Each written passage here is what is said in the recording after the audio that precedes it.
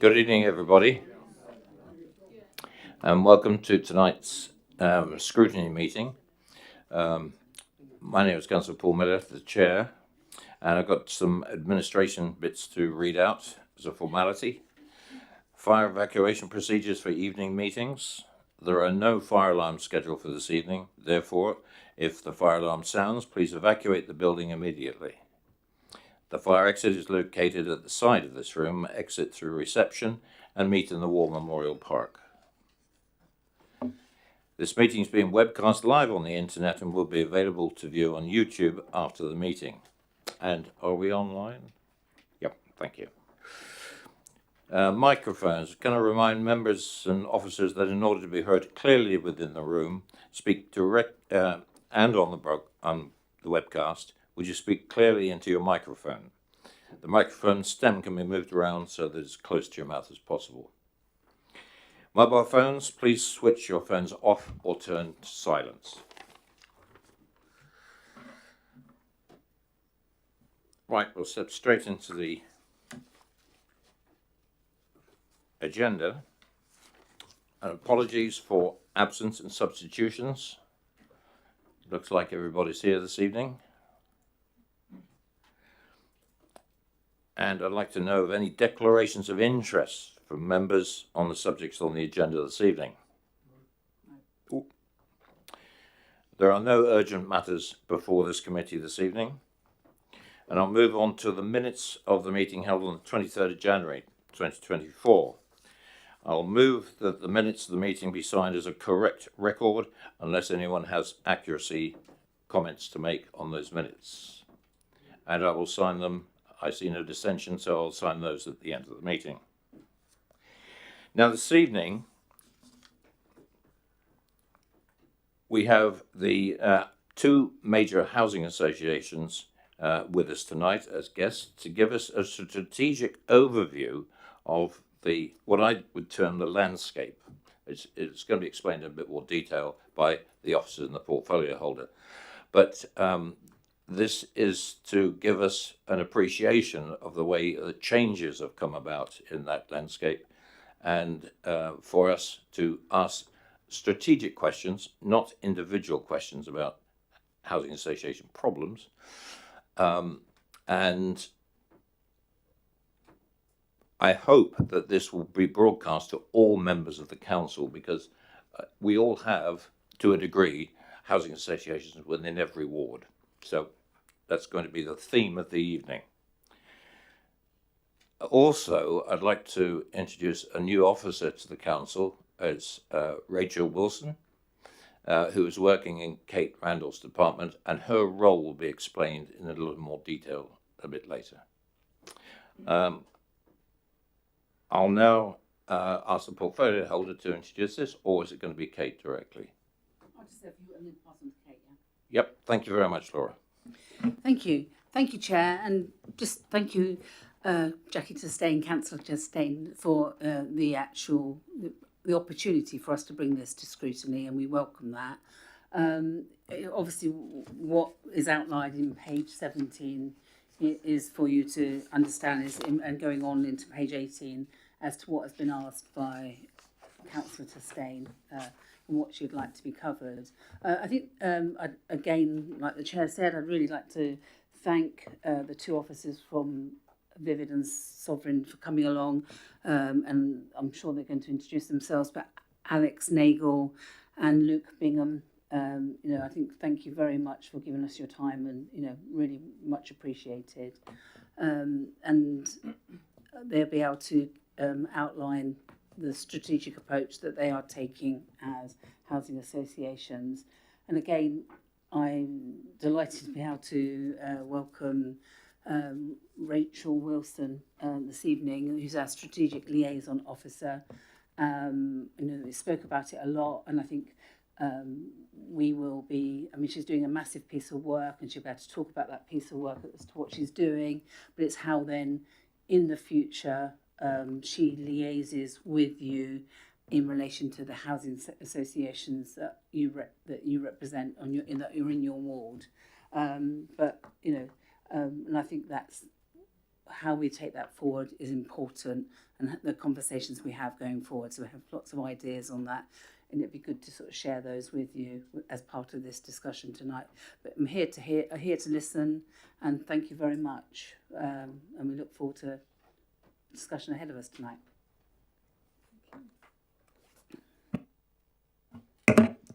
Thank you. And in the true spirit of partnership working, the three of us have worked collaboratively on a presentation for you. So it may well be easier if we go through the presentation and then take questions at the end, if that's easier. But in terms of the strategic reference that the chair has mentioned, what we're aiming to do is describe and set out what has been happening in the housing association sector in order to understand how things are feeling for you as ward members on the ground. And so if we set that scene, both from the council's perspective and then from two of our biggest providers in the borough, and I say that in terms of development and also management of stock, then it will help sort of understand the issues that housing associations have gone through with their tenants and their boards, and then to map out how we collaboratively can move forward in terms of working forward in partnership to overcome issues, because no one's denying that there aren't issues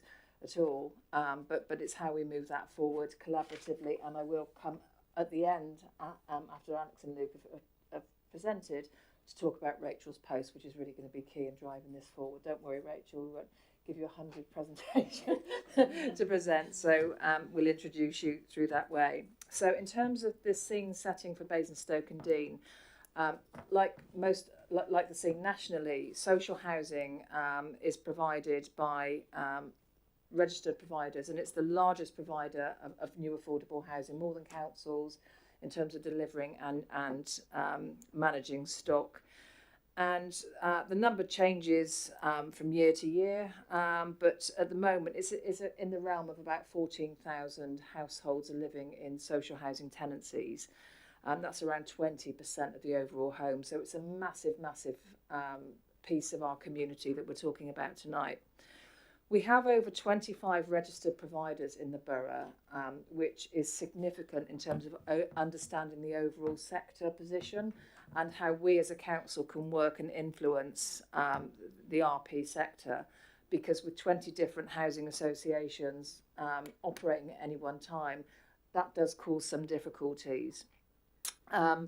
We, of course, retain key statutory housing responsibilities, primarily in terms of homelessness and addressing housing need, but also in relation to housing standards as well. So registered providers are absolutely pivotal in helping us meet any strategic objectives that we have in our council plan and housing and homelessness strategy around housing needs and homelessness. So in terms of the RP landscape in Basingstoke and Deane, it's varied and diverse, and by that I mean you have providers with different presence, different types, so they may be registered with the social housing regulator, they may be not, they may be for-profit, they may be not, they may be specialist in terms of accommodation for older people or people with supported housing needs, but there are sort of over 25, as I've mentioned, each with different governing arrangements and each with different sort of priorities and locational concentrations of priority as well. The sector has changed massively over the last 20 to 30 years. The council sold its stock in 1995 to the two housing associations that are sat with us here tonight, Sovereign and Vivid, although they themselves have gone through different changes in terms of through mergers and acquisitions of other sort of stock. So we are where we are today. We do not fund on the whole housing associations. The main funding either is through capital funding through Homes England and some little bits of revenue funding through DLUC, but also through DWP towards the rents, and that can come either through housing benefits, which we administer, or through universal credit, and there's been a big shift over the last few years to the funding for the rents coming through universal credit rather than housing benefit. The key element of the relationship that we have with RPs is through the nomination rights and allocations that we have. We don't have a right to allocate their properties. we have a right in general terms to nominate households to them, and that's quite key. And some RPs are keener than others to give us all nomination rights to all properties, as opposed to sort of holding on to some allocations for themselves. As I've mentioned, we have no regulatory function apart from our statutory housing standards, and I think that's also really key to understand, because any progress and any work that we do with RPs is therefore because we're working in partnership rather than because we're a commissioner or we're a regulator, and it's really important for us to keep reminding ourselves of that. The main regulatory body is through the social housing regulator and through statute and through the housing ombudsman, and my colleagues are going to talk more about that in more detail, because that's a landscape that is really changing quite rapidly and is very current as well. So in terms of how housing associations get regulated and sort of, you know, bring up their standards or drive forward their standards, those are through other bodies. But of course we do have the partnership working element as well. On that part, I'll pass over to Alex from Vivid. Could I just hold everything there? Because it's an opportunity. We do have a councillor who's registered to speak this evening, and I'd like her to come, Councillor Slimon, if you could come to the speaker's chair, and you have a statement to read, and you have 4 minutes. Thank you. Thank you, Chair. Firstly, thank you for allowing me to speak. I'm sure you will all know that I have had quite a lot to do with actually trying to encourage more social housing in the borough. And obviously, I'm very grateful for the fact that that is continuing. My questions this evening aren't actually about that at all. The questions I have are relating to something that is happening all over the country. All housing associations, and some are changing their tune, have an issue. And I've been asked to speak on behalf of other people in the borough. I'd like to address the representatives from the two major housing associations of the borough on issues that are happening here and all over the country and with other housing associations. Just to give you some background, I'm a representative on the board of Citizens Advice Tadley and chair of our research and campaign committee, as well as being a local borough councillor with a remit of being health and wellbeing champion. The first issue I want to raise has already been raised in our council by Councillor Vaux, who sits behind me, and involves the effect of policies that I believe you have with as many others, but not all social housing providers, that is currently causing a great deal of extra expense and stress to your tenants that I hope you can address. This is also an issue that challenges the borough's ambition to reduce our carbon footprint. The first relates to your requirement when properties change tenants. I understand that those leaving a property have to remove all carpets and floor coverings, curtains and white goods. The new tenant therefore has to buy or relocate any white goods that they have.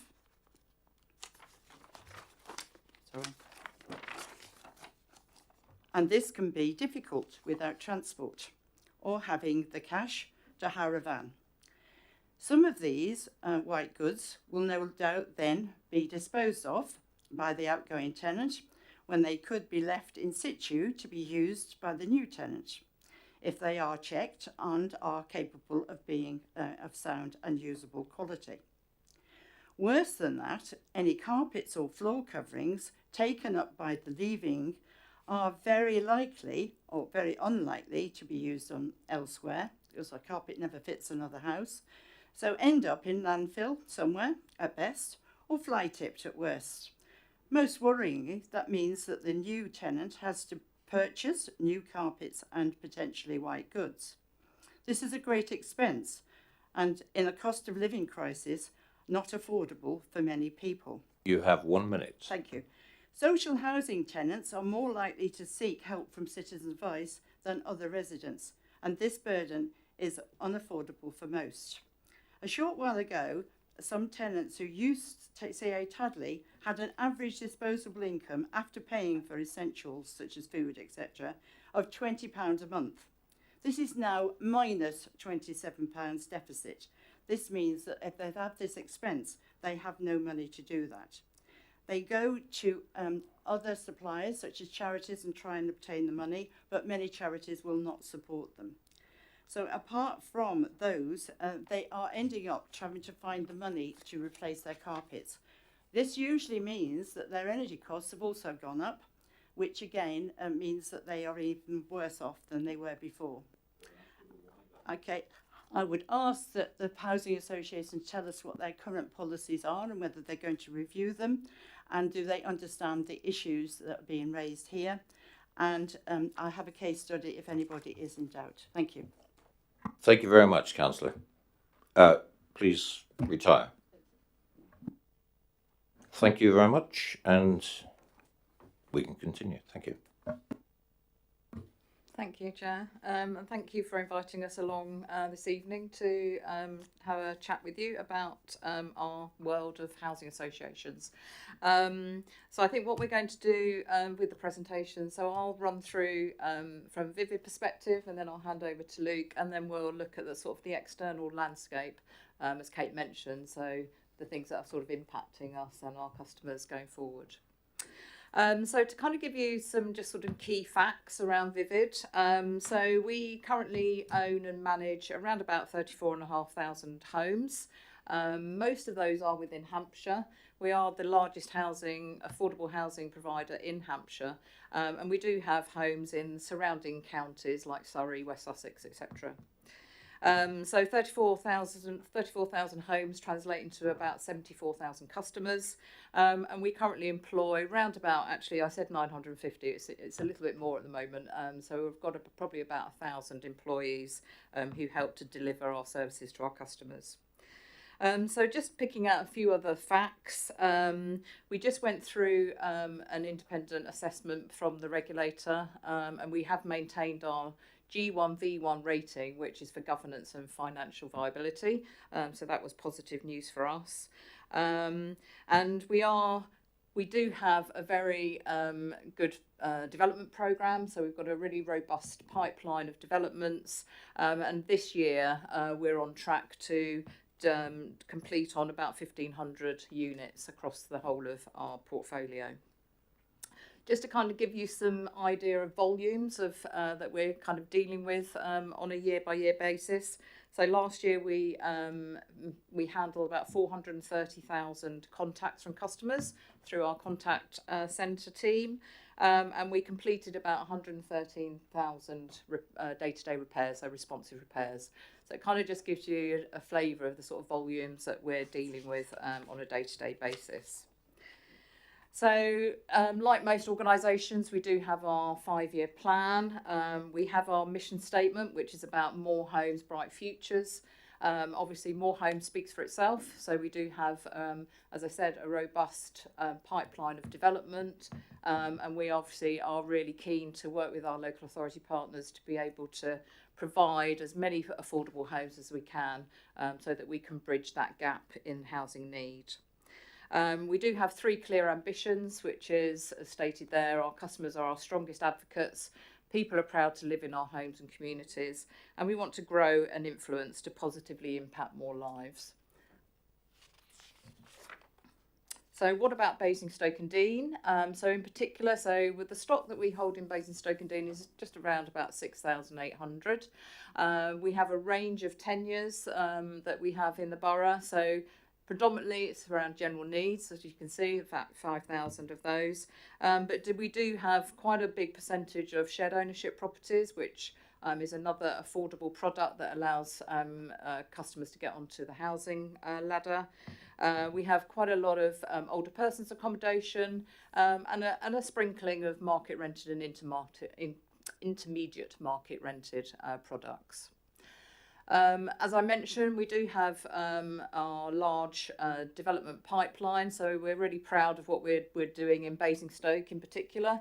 So I'm sure you're aware of the large developments up at the Basingstoke Golf Club, the old golf club.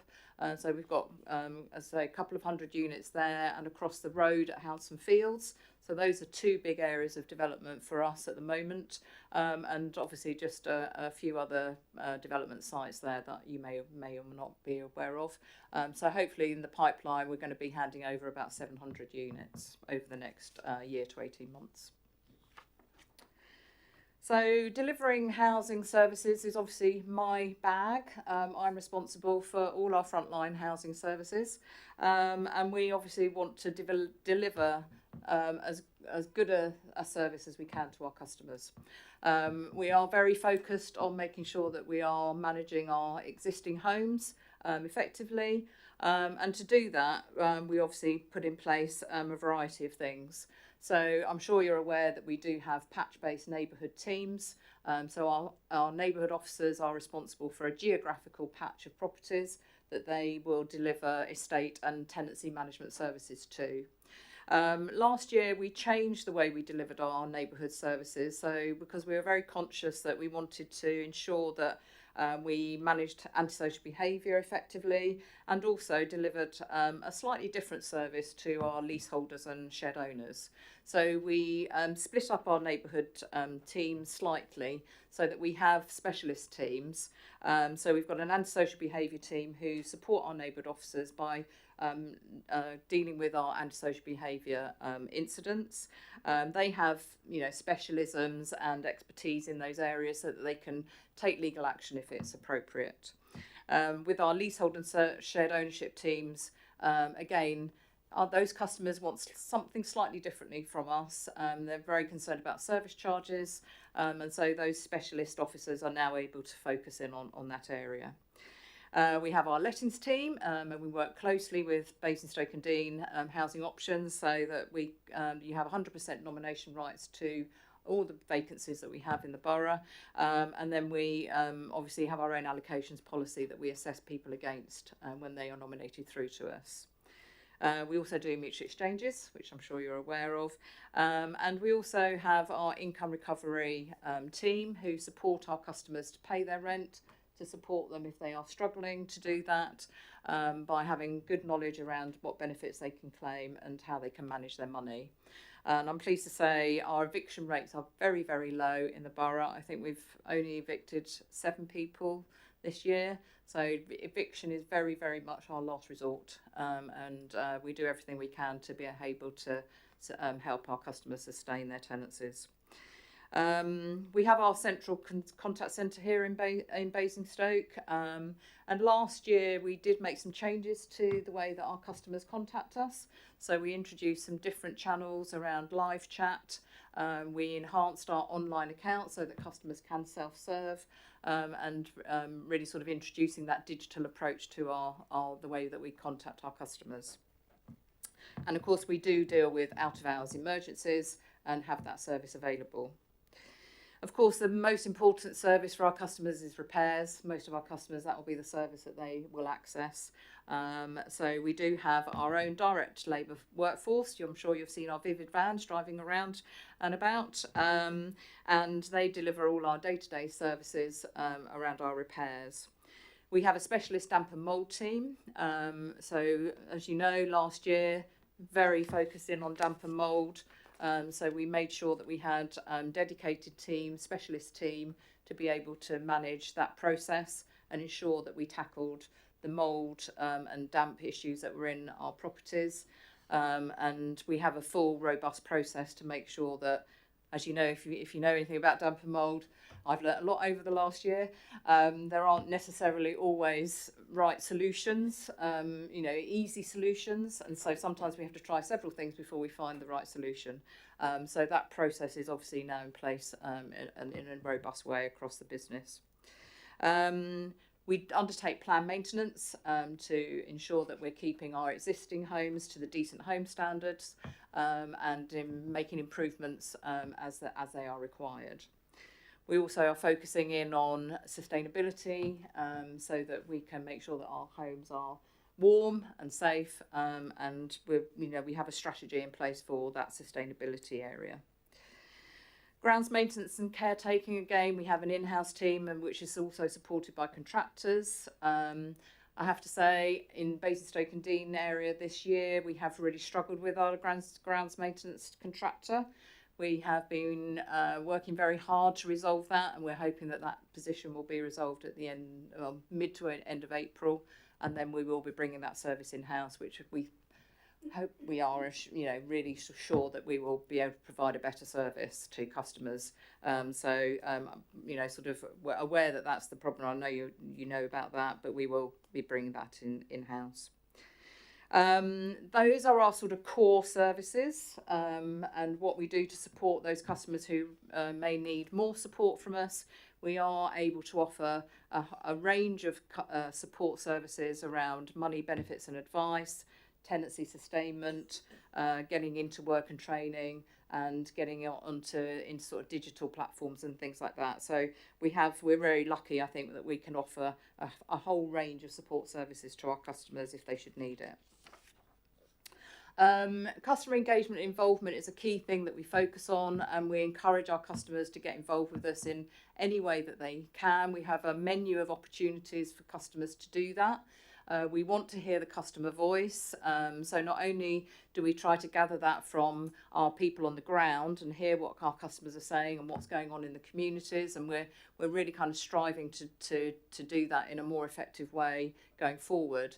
But we also have the sort of other areas like scrutiny panels, focus groups, and our formal customer committees, and we encourage our customers to get involved on estates and with our neighbourhood teams to go around our estates together so we can pick out certain issues. So there's a whole raft of engagement opportunities that we encourage our customers to take up. Just quickly on our capital investment, just to give you a flavour of what how we're investing in our existing homes in the borough.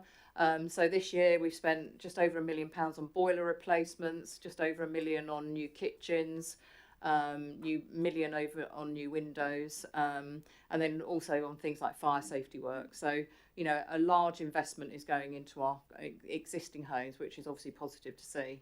And although it's not capital investment, I just put in bulk rubbish because I know it's flavour of the month for lots of people, and that's what we've spent so far this year, £100,000 removing rubbish that's just been left. So it's very frustrating, as I'm sure the council will agree with us. So we also have lots of community initiatives going on. Oh yeah, that's you. So just quickly going through some of these. So we have one of these is Green Fingers, which I know Jackie's involved with in Popley. This is obviously getting involved with doing some work in our grounds areas, so that's been really positive. And then we've got things like street cricket, so we're linked up with Hampshire Cricket Club to deliver some diversionary activities for young people. We've got some Basingstoke garage murals, so that's a project that's sort of kicking off. And then we've got Taverners Wood, cultural awareness in schools, which we're working with Sovereign on, and some other Clarion up there, and obviously with the council as well. And then we also have been supporting the Popley Fields Pantry, and we support the Basingstoke Food Bank by providing them with accommodation to support them just across the way from our offices in Hound Mills. So now I will hand over to Luke. Right, I'm on. Hi everyone. Thanks, Alex. Hi, I'm Luke Bingham. I'm the Customer and Place Director for Sovereign, now known as Sovereign Network Group. So just to put stuff in context, my association with Basingstoke goes back about nearly 20 years now. So I first came here to work for Kingfisher, which was the LSVT. I say back in the day, it feels like only yesterday, but unfortunately it was a few years ago. So I joined there as Assistant Operations Director, and then as Kingfisher then became part of Sovereign, I moved into Sovereign and I was a Regional Director for this area in Hampshire. And then further to that, I then stayed with Sovereign as we've merged and become a bigger entity now. And with a recent merger, we're now called Sovereign Network Group, where we've partnered with an organisation, Network Homes in London. So just a bit of context, really. I've been long associated with Basingstoke and the delivery of the housing services here. Just some key facts on Sovereign, and I won't try not to repeat what Alex has said, because a lot of the services that we provide, a lot of the things that we do are relatively similar, so in terms of the allocation, the plan maintenance. So I'll give you a very brief overview of S&G. I'll then talk to you a little bit about our delivery model for Basingstoke, because that's changed recently, and I think that will be of interest. I'll then give you some examples of some services that we provide and we do. Now, I haven't listed everything, but I've put quite a bit in there, and I'm of the view, and correct me if I'm wrong, but a copy of the presentation will go out afterwards. So there's a kind of bit of information in there for people to digest and look at, give you a bit of context. And then I think after that, as I said, Alex and myself will just take you through some of that external environment. So by way of context, we've gone from being Kingfisher, which had about 6,500 homes, to being part of an 84,000 home organisation, which feels big and is big, but brings some challenges, but also lots and lots of benefits, and we can talk about those. One of which is listed there, and that's our new community foundation, which is in the process of being set up, which guarantees £100 million worth of investment over the next 10 years. And currently we have about 2,500 employees. I'm very pleased to say that about 2 years ago, we moved our head offices back from there's nobody here from Newbury, is there? So I forget on this. We relocated our offices from Newbury back to the business park in Basingview in Basingstoke. So Basingstoke is the kind of epicentre of our operations. So very quick look at the corporate plan, and again, something for you just to digest. I won't run through this because we all have a corporate plan and it all sets out our objectives, but I think what it does is it kind of gives a really clear indication of what our priorities are. And I want to call out that customer is at the heart of that. So it's very easy to say, much harder to do in evidence, but it comes through very, very clearly in all of the planning, all of the strategic work we do, and the delivery that we provide. So again, context really. So about 6,500 homes in Basingstoke, probably fairly similar to our colleagues in Vivid, and again I think a reflection that I think in 1995 when they split or where the council sold, I use that expression in inverted commas, when the council sold its stock to the two RSLs at the time, the registered providers, and I think at that point there wasn't allowed to be any housing association of more than 5,000 homes, which is why the stock in Basingstoke was split in two. I think they used the strategic position of the railway line to make that choice. I don't know if anyone was here at the time. Tony's smiling. Okay, so just a bit of context, really. I think for Basingstoke, because I think this is important, and I think there's been a move for organisations to become bigger, and I know we often get asked about that. But the challenge for us was, how do we stay reasonably local?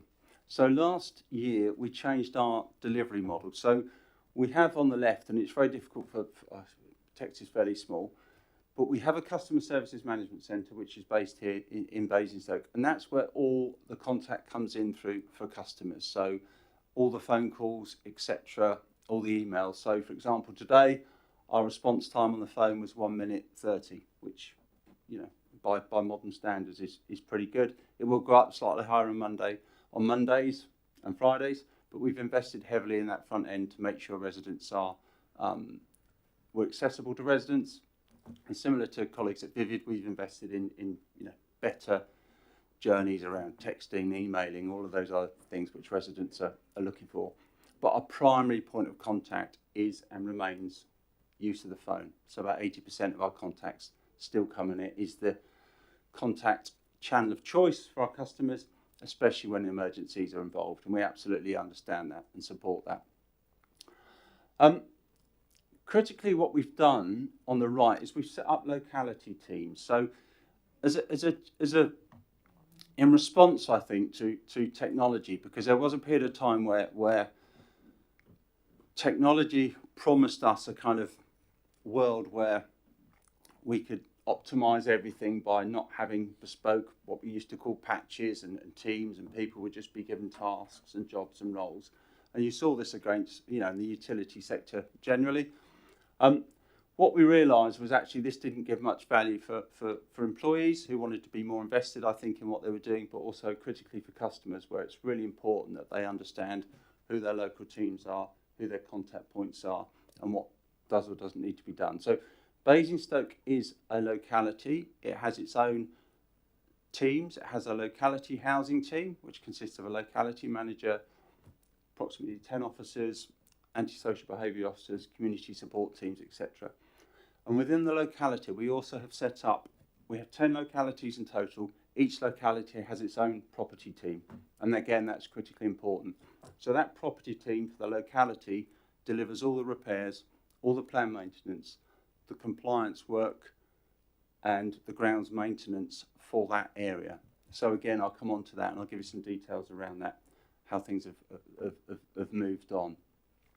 Wrapped around the localities, we then set up some centralised teams, and they primarily cover things such as lettings, income, supported housing, homelessness, and they're services which benefit from having connections into localities, but for example, income teams don't need to be solely based within a locality, because a lot of the work that they do is transactional. It's been successful, and I'll come on to that and I'll give you some a flavour for that as we move through.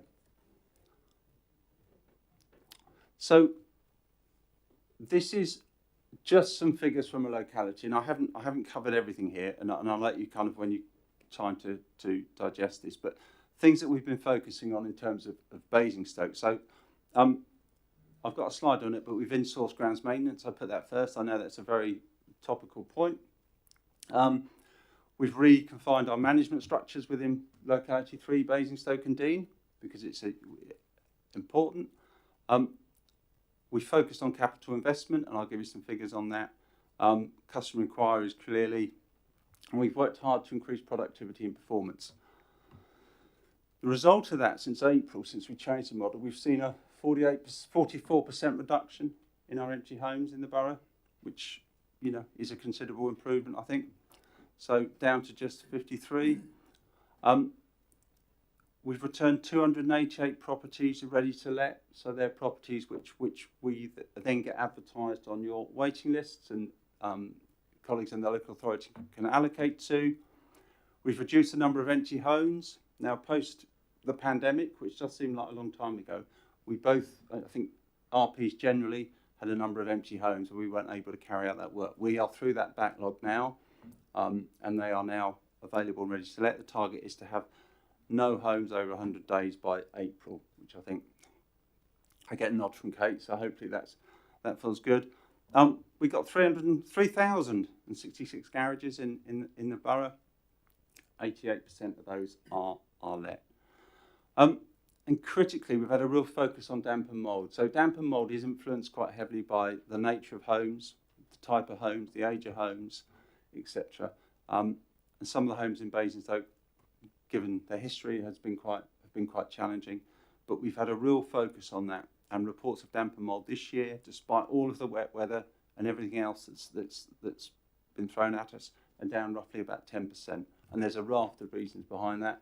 I won't go into them now, but I'm happy to pick up some conversation on that.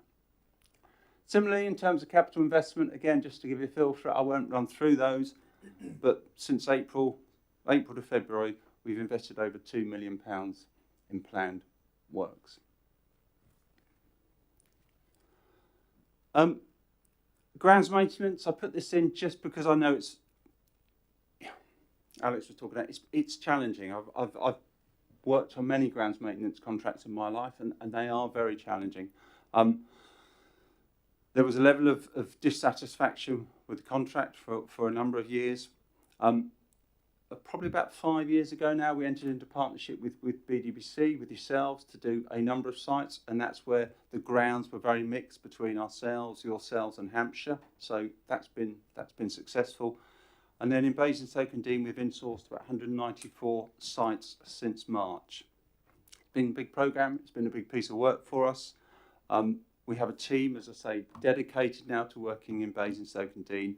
And I'm really pleased to say it's had a great response. So 74% increase in customers reporting satisfied or neutral with their feelings, rising from sort of 31 to 54 overall. Grounds maintenance and cleaning of communal areas is a real trigger for our residents and something that is quite emotive. But this project has been, I feel, really successful. So, give you a sense of where we're going. Still got lots to do, but it's absolutely a step in the right direction. I've then put in a number of slides, and I won't run through all of these, but just wanted to give you a feel for our community investment arm, because we've spent a lot of time and effort setting this up now. So we've got 3 elements to it. We've got community investment and engagement, partnership and funding, and employment and skills. And within each of the slides to follow, I've given you a flavour for what that means for residents in Basingstoke. So I won't run through all of them now, but I'll let you know when you get the presentation. Please read, please digest, and then obviously welcome any comments. And if there's any follow-up you would like to see or hear about the community work, then be happy to come back and give you some more details.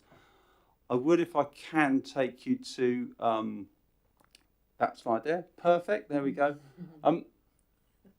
Just because I think it gives you a real feel for some of the impact. So that's our employment and skills team. So if you have a look at that, we had 140 referrals, which in the context doesn't seem huge, but that's listed. 46 people have gone directly into employment as a result. 85 training opportunities, 105 grants issued, 27 equipment grants. And these are people who often have been out of work for a period of time. So it takes a lot of investment and a lot of work to get people back over that threshold. Finally, can we go back up one? I just wanted to call this one out, given where we are with the cost of living crisis and everything else. And again, I think it gives you a feel for some of the investment that we're able to make and have made. So we have a bespoke debt advice service now. So that provides holistic debt advice around not only, debts traditionally associated with income perhaps, but looks much more holistically at that customer as a whole. Again, just a feel for where we are, and there's some numbers there. So heating vouchers, 387, winter packs, debt advice is a huge piece of work on that that's often not seen or probably appreciated outside the sector. And last one from me, just on SNG, and just a kind of commitment to the new foundation really, because this will be getting lots of publicity, rightly so, and we'd love to come back and really talk to you about it in terms of detail once it's found its feet. But this is one of the commitments of SNG as a new entity, that we're going to set up a community foundation. It kind of preserves over time that commitment to a community investment. From ourselves, it'll be 100 million over 10 years, and we're hoping to get match funding. Part of the challenge is to get match funding into that of the same level. So that's a quick walk through SNG. I'll pause for breath, or shall I just continue? Chair, shall I carry on? Is that? I think carry on, because I think that's the whole point, is that you carry on with the presentation. The councillors will make appropriate notes, and when questions and answers come up, don't worry, I think there'll be plenty of those. Do you want me to carry on, Alex, or do you want to? Yeah. Sure? Yeah. Okay, right.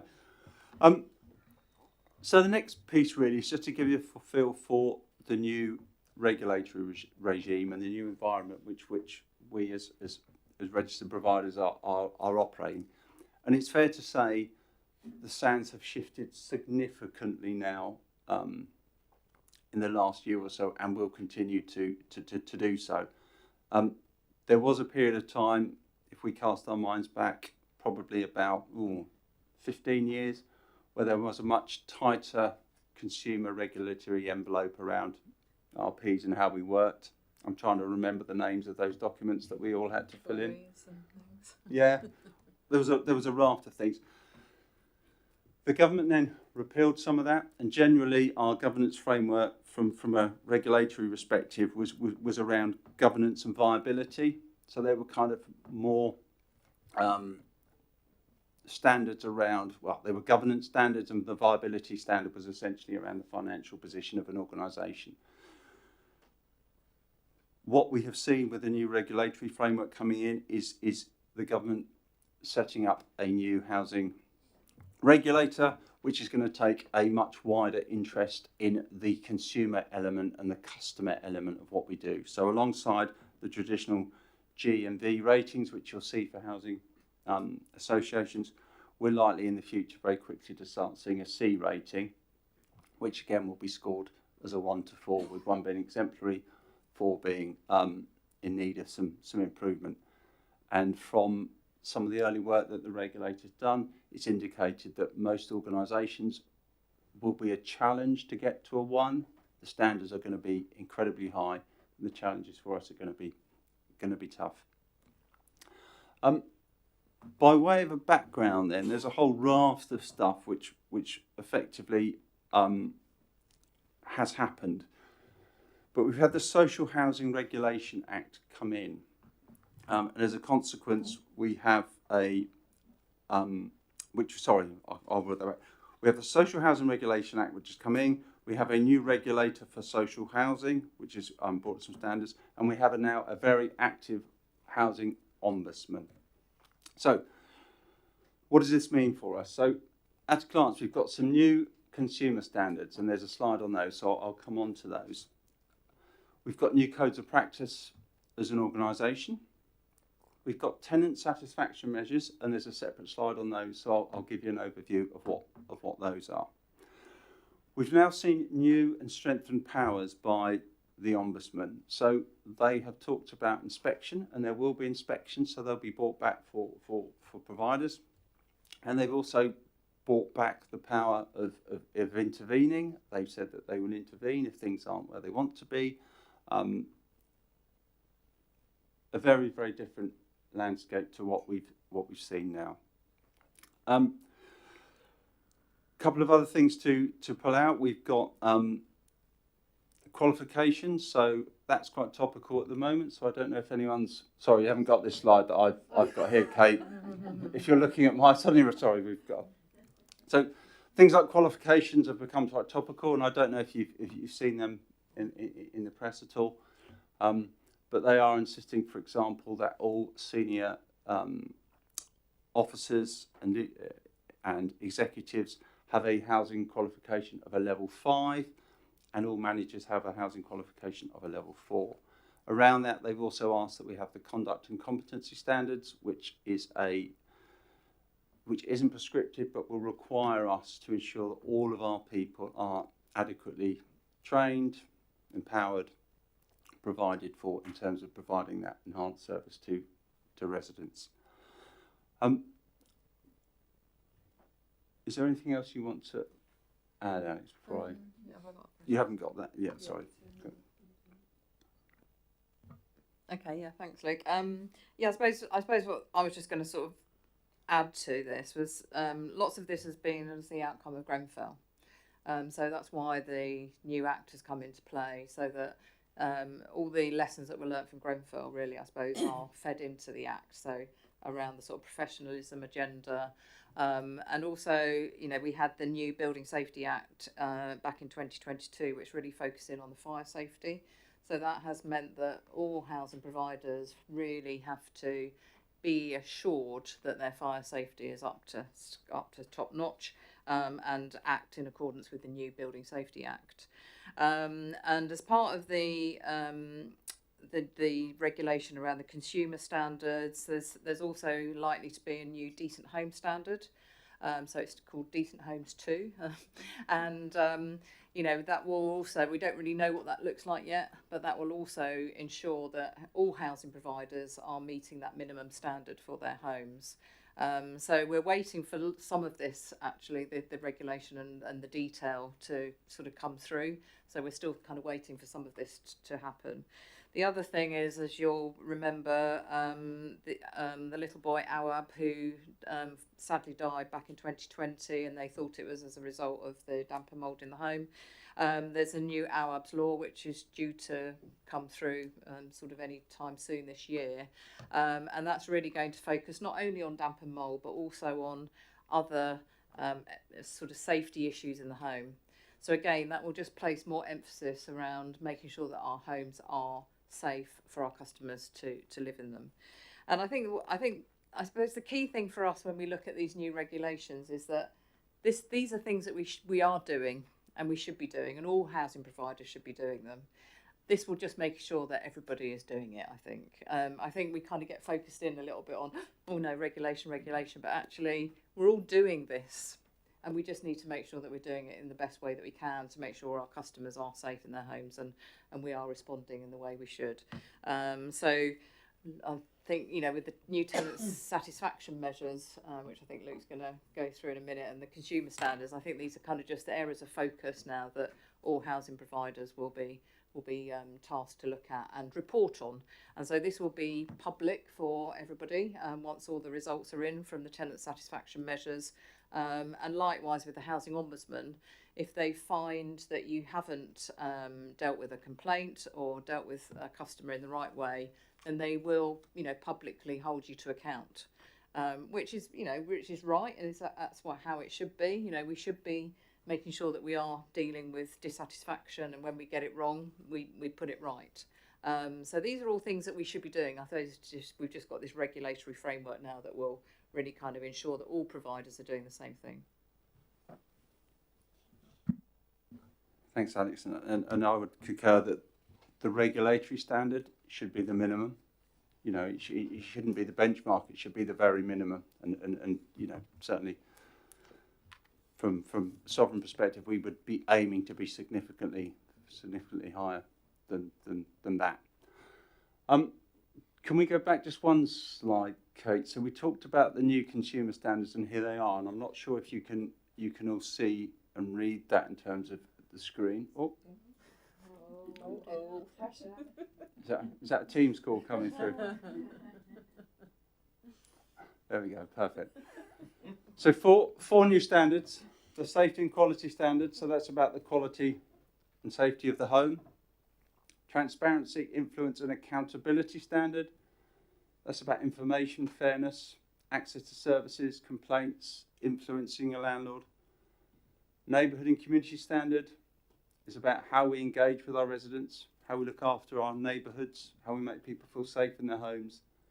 And there's the tenancy standard, which is about fair allocation and lettings of homes, and how tenancies are managed and ended by landlords. So from our perspective, there's a lot in that. They're not being prescriptive in terms of what they're telling us to do, but what we will have to evidence is how we do that, and we do that for the benefit of with customer in mind. So it may look fairly small fry in terms of a presentational piece, but it's a big change in terms of organisationally. Alongside that, we have the tenant satisfaction measures. So these cause quite a lot of debate in the sector, because actually once you start, the government as part of this wants to start publishing measures, or you could say results, which landlords are achieving. Now that can drum a huge amount of debate, and it's quite emotive. So it's taken a while for these to arrive. There was a lot of discussion about what should and shouldn't be in. But effectively, they are 22 measures which we must collect and report on an annual basis. So you can collect them and report them monthly, you can do them quarterly. The requirement is that you submit them annually. 22 measures. 12 are what we call tenant perception measures. So these will be questions for that, for example, would be how satisfied are you with your landlord? So it's a perception. Interestingly, there's a perception measure around ASB. So, you know, how does your organisation deal with ASB? That's a perception measure. It's not necessarily asking people who have been victims of ASB how they feel about that. So these are quite emotive in terms of some of the stuff that we The rest, 10 of them, are management information measures. So they're They ask us for our own reporting, so satisfaction with complaints would be an example, and we report those. So they will be available, they'll be published, organisations will be able to see them, and there'll be no doubt be comparables across the sector and across landlords about how we're performing. But they're aimed at trying to give visibility to customers and councillors and local authorities more generally around services. And whilst I think comparing them will be challenging, I actually think it will be very, very useful, because we will see be much easier to benchmark against services.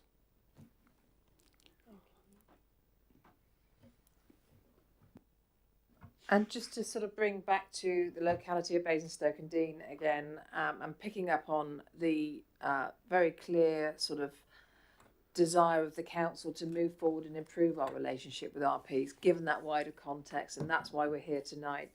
And talking about Rachel's role, which is quite an innovative new role that's been in place since January 24, in order to kickstart better relationships with our RPs. And that's not to say the relationship was bad, but how do we get that engagement, particularly for you as members and ward members, to understand the housing association landscape that we've delved into in quite some depth here. So some of the things that Rachel has been focused on in just the time she's been with us so far is about making those links with every single one of those RPs, starting to produce some ward level data, which we hope will be really helpful for each ward member on who's doing what in the area.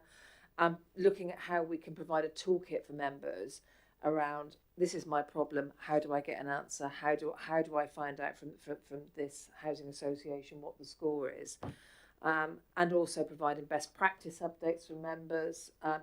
You've heard tonight about the direction of travel and the speed of travel, how we can keep members all up to speed on that, and also exploring options for preferred registered provider arrangement in terms of, out of all of those 25, the workability of that. How do we actually maybe start moving forward with just a handful of RPs that are our preference to work with?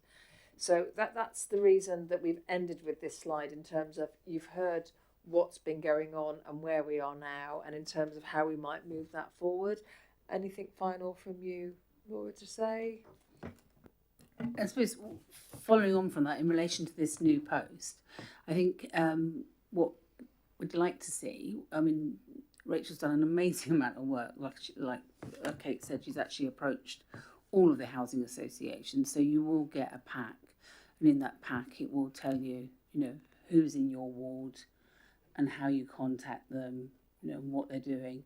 Then I think what we need to do is look at, and what we sort of promised to do is look at setting up meetings with those housing associations, the key ones, and I think Vivid and Sovereign being those two key ones, and then sort of talking about some of those policy areas with them, talking about some of the things that maybe you wouldn't have known about that you were talked about tonight that are happening. And it's not that, so they would come in, it's not for you to talk about casework, but you'll have your pack, and it's understanding how you contact your housing association. It may be that you would want, as part of that piece of work, you then might want to pull out a policy area to look at. So it's been raised tonight about the allocation policy and the lettings policy, and but it's maybe this new customer standards. It might be, lots of different things that you might want to look at, and it's about working with our partners and for you to understand what's going on within that housing association. So it would be that they would come in separately, so we'd call on the housing, and those members that have that stock within their ward, it's an opportunity for them then to come along and to understand before they come in, have a clear steer on what that workshop will be, and it's for you then to come in and to hear those policies, and then maybe shape the next one. What is it that you want to understand? Is the communication working well with the housing association? What's not working well? What would you like to see change? it's dangerous within those meetings and tonight to get into casework, but it's it's how can we foster better relationships and partnership working from our point of view and from the housing associations, and that's how we see it working. But I mean, I don't, Rachel, are you going to say anything tonight about what you're doing, or do you want to? Go to question. Do you want to?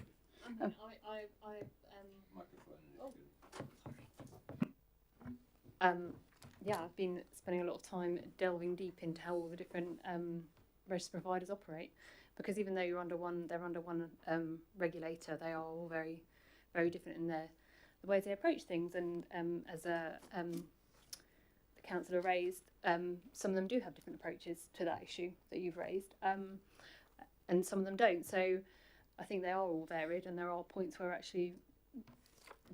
discussion around that, and how we can move forward with that. And those are some of the things I've been picking up with some of them as well. So, and they all take it different ways, and they're all different sizes, and they have different operating models. As you two have highlighted, you've got quite similar, but others have different styles. So it's just kind of understanding all of that really, and what we can and can't influence within that as well.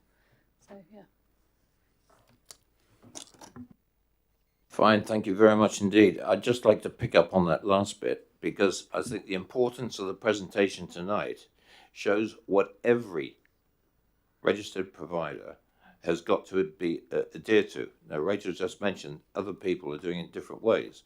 Well, I think these particular frameworks that we've seen tonight will actually hold them to account, and we can assist any kind of problems that come up, which you will probably be identifying, Rachel, to hold those particular registered providers to account. So that's a good news. Now, I'm going to open up this for some questions and answers, and I'd like to kick off with one question that, well, I've got a couple, but I'll start with one. You mentioned, Alex, that you had 56 live empty homes. Could you define what a live empty home is? Or was it Luke? Thank you. So this would be an empty home that's in the process of having work done to it in order that it can then be returned back and re-advertised and relet. Okay, thank you. It's just that the empty houses syndrome is a very sensitive subject that's been discussed in this council many, many times. In the country, there's 1 million empty houses. So anything I hear about empty houses, certainly within our borough, it's nice to know, but there's an activity going on to recover that and get it back into the letting. Absolutely, yeah. It'd be quite normal for us, but there'll always be a cycle of empty homes as you know, residents move out, then we have to move in, turn them around, you know, get them up to a standard, and then they're re-advertised and relet. Thank you. Councillor Basham. Thank you, Chair. Thank you, everybody, for a very thorough presentation. Over the course of the evening, we'll probably quote some numbers back at you, and I might have got some wrong, so we might need to go back to some of the numbers on the presentations. One of the things that was said in the council paper early on was that registered providers can take many different flavours. I've been searching for whether either of you are registered charities. I can't find that you are. I'm not on the Charity Commission, I can't anyway. So I just wondered if you could each just clarify what your corporate structure is, and how that works, and if you are not a charity, then what your policy is about reinvesting surpluses or profits. Thank you.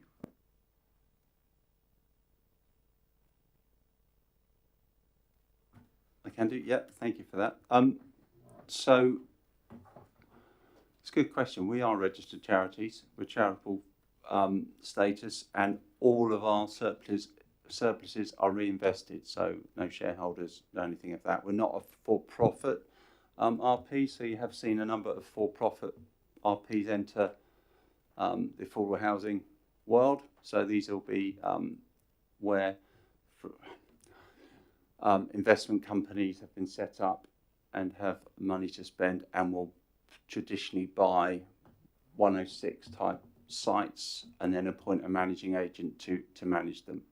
So we're not that. We're not a for-profit organisation. We are a not-for-profit organisation. All of our surpluses are reinvested in our residents and our new homes. So we're kind of in a similar position. So we have charitable status, and we are not for profit. So all our surpluses go back in. So when you see housing associations declare how much surplus they've made, it doesn't mean to say we've got all that money stood in the bank. That surplus enables us to maintain our homes, improve our homes, and build new homes, and enables us to fund the mortgages, if you like, to build those new homes. So I think sometimes when you see lots of profits being announced by housing associations, I think people think, oh, we've got millions of pounds in the bank. We haven't, because we just reinvest that all the time to, you know, meet our objectives around new homes and investing in our existing homes. Thank you for the answers. I can't find either of you on the Charity Commission, so you must be under some other regulatory charitable framework, which is quite possible, by the way, or I'm possibly searching for slightly the wrong name. If I search for Sovereign, I get 87 hits, so I haven't got time to look through all of those, but thank you. Councillor Tustin. Thank you, Chair. I've got a couple of questions. The first one actually relates to contact times. Luke, you did mention yours had an average of about 1.5 minutes, I think it was. But Alex, I'm sorry if you did have it on your slides. There's obviously lots of figures. It'd be interesting to know what the average is of that, if you know that. But also, obviously, an average is an average, but that does mean that it's usually quite often it's a bell curve, or it has bits of places. I mean, I do know, obviously, anecdotally. When people come to me and people have been waiting, or they're in this, I'm 39th in the queue, and they give up after about 45 minutes and stuff. So it'd be interesting to know a little more information around those figures. And likewise on repairs, I know there's certainly, obviously I deal mostly with Vivid, and I know there has been a lot of improvement on repair time since COVID and things, but I'd be interested to know whether the emergencies I think you're excellent at. So, that's what's really good, but the ones that tend to be the more general maintenance have historically, in particular, some particular trade areas I know you have challenges with, so I'd be interested to know what you've got on that. And the other thing, which is a bit more forward-looking, in Basingstoke, and this applies to both RPs, we've got a lot of ageing stock of houses. I think the average age of most of the properties in the estates is probably about 70 years old. So that obviously creates an awful lot of challenges. And I just wondered what your plans are around that and how you're looking to deal with that. We didn't really talk about that in the presentation. And also the idea, another area particularly like garages. A lot of the garages were built for much smaller cars. They're taking up land space, which could be used obviously for parking, but that would be a massive cost to remove and replace or whatever. So just anything around that one. And then the other one on that, you talked about boilers, installing boilers, and the money that's gone into that. But what about air source heat pumps and more green energy, and what's the sort of plans around that one? And there you go. That'll give you that. That's it. Shall I kick off then? So with our contact wait times, we were really struggling last year with our wait times. They were far too long.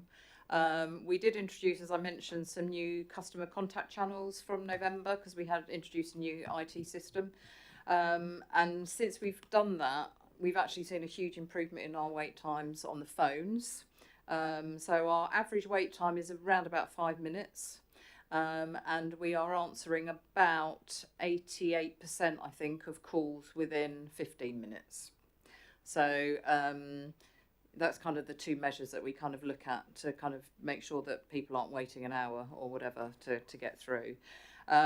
We have introduced our live chat channels now, so that wait time is around about 2 minutes for customers to get through on live chat, and then obviously have that ongoing conversation with our advisors to hopefully get their query dealt with at right first time. And that's what our ambition really is, to have right first time. So we have introduced more specialist advisors within our contact centre, so that when customers are calling, they can select on our IVR, what they want to talk about, and then that, if the specialist advisor is free, it can go through there, and then hopefully we can deal with a far bigger percentage at first point of contact, which obviously is more satisfying for customers if they can get their query dealt with straight away. Repairs. Yes, we have struggled with our routine repairs. really since COVID. I don't think we've really recovered since we came out of COVID with our routine repairs. Emergencies and urgents, I think we're meeting our targets on those, so we are responsive on that. But with our routine repairs, we know that our customers are waiting far too long to get those done. So we had board approval in January to invest another £1.2 million into our responsive repair service. So we've been able to employ about 80 more trade staff. That brings in itself its challenges, as you can imagine, but we have been doing that since January, and we have seen our works in progress numbers come down quite significantly. And we will continue with that, and we hope by sort of mid-April we'll be almost back to a business as usual position. And our intention is that at a minimum, we should be responding to our routine repairs within 28 days. Some trades are much quicker, so plumbing, carpentry, they're probably much better than 28 days already. But where we do struggle, roofing, we've had so many roof leaks over the last year. Trying to get those resolved with our roofing contractors, it has been a real problem, and of course that then brings into play damp and mould issues. So it has been a real challenge to us. I won't deny that and we haven't quite resolved the roofing issues at the moment. But we are looking to see what else we can do around bringing different contractors in to help us just get that volume down as they get back to a more business as usual position. Because we know that if our repair service is good, our customers are more satisfied because it's the service that they will access. And of course it's your home. And so you want to be able to have all those repairs done as quickly as possible. So we know that, and that's what we're driving for, that we've got that ambition. Shall I just carry on going through all these? Or do you want to add anything? Yeah, I'm happy to come in. Okay. Happy to come in just while we're talking about the repairs piece and the contact piece. So I would agree with Alex. I think it's a good question in terms of the real drivers of customer satisfaction is essentially by the repairs. So repairs and contact resolution are the two primary drivers for resident satisfaction. In terms of contact time, I did mention earlier, it's been very good. I mean, generally today it was I think it's 1 minute 30. It's generally under a couple of minutes. On a Monday or a Friday, if there's extremes or weather events, it will be pushed up slightly. But we've invested heavily in that part of the business. And similar to colleagues, we've introduced things like live chat. We're also incidentally looking at video triage, which is really, really interesting, and I think it's got potential to be a real game changer because you can actually then brings that direct relationship in with a resident. And for things like looking at damp and mould or looking at a repair, it's hugely insightful. So that's kind of, we're only talking about it today. Actually, we've got a number of licenses that is being used, but the aim is to make that much more customer friendly, and customers really like it. Actually, I really enjoy being able to see somebody on the end of a phone or on the end of a call. In terms of repair times, our average is about 21 days at the moment. It was higher. It was up to around 26 at one point. Similarly, there have been real challenges in terms of recruitment, particularly electricians. It's a national issue. From a Basingstoke and Dean perspective, the proximity of London brings a challenge for us because people can live locally and commute and earn higher salaries. That has become less of an issue in the last few months, so we've seen that even out generally. But it has been challenging, and I would agree in terms of roofs. I don't know if it's just an issue in terms of the weather events, etc. But we have seen a lot of leaks and challenge with roofs, which are never a quick fix. It's generally a replacement. So very similar, I think, and that probably reflects the homes that residents are in. So then, shall I?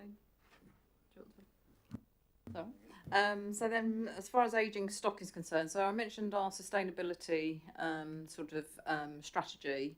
So that is our aim is to increase all the EPC levels for our stock up to a level C. as a minimum within the next 10 years. So that is a process that we're working through at the moment. We have just started a project in the Rushmore area because those are some of our oldest stock, and where we are sort of, sorry, I'm not very technical, so I probably won't use the right technical terms, but we kind of, we don't really, it's not really cladding, but we kind of clad the outside to bring it more insulation, so it's higher insulation, new windows, ventilation systems. So, and the results have been really positive. It actually looks really lovely as well on the outside. So, that's the project that we're running at the moment there, and that's our intention to do that in all our stock where we've got low EPC ratings. And I suppose that kind of links to the sort of green energy agenda as well. So we are all our new, or I would say majority of our new homes have all got sort of air source heat pumps or electric heating. So that's all, you know, in the pipeline there with our new stock. And I think we are just sort of considering what our strategy is going forward to convert from our gas boilers to sort of that more green power. So that's something that we are looking at, and how we will kind of move that forward. So we haven't really got any firm plans at the moment, but it's certainly something that we're looking to consider, and what those timescales are going to look like in the future. And then just picking up on garages, you know, I have to say that garages aren't our top priority. Our top priority are our homes, obviously. So I know that some of our garages are in poor condition. It does bring down the level, you know, the sort of how our estates look, the appearance of our estates. So we are conscious of that. So we are looking at sort of different options at the moment with some of our garage sites to see if we can engage with other external agencies. Because some of our struggles with garages is really the resources to be able to manage works, if nothing else. So we're looking to see if there's any other options that we can consider for our garages going forward to bring them up to either a standard or demolish them and create more parking or whatever the options are. But it always kind of seems, I'm always the person who says, oh, that's easy to do that. Let's just demolish a few garages and build a few houses. It's never quite as easy as that. But yeah, we are looking at the moment about what we do with our garage stock. Thank you. And again, similar. You're going to see a very similarity now. I'm going to say, it's fair to say, you know, you're probably getting a flavour, but most RPs are generally moving along the same lines. You know, someone said what we do is quite similar. It's how we do it that makes the difference. So similarly, we have an asset grading programme. So we've graded all of our homes. So likewise, we have an ambition to bring all homes up to an EPCC.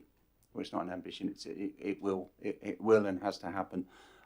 This means disposal of some of those homes where we haven't or we can't do that. So some homes you're just not able to get them up to an EPCC. In that case, you have to dispose them. What we've said is we will replace those homes disposed. That money goes directly to the building of new homes. We've also got a retrofit programme underway. So we've just done our first 1,000 homes, and we've broken it into 3 or 4 different areas, looking at how our customers want to be interacted with as part of that programme. Now we found that we have 34 refusals, I think, from customers in terms of not wanting to have a retrofit. And I think the cost of energy in the current energy crisis has been a real game changer.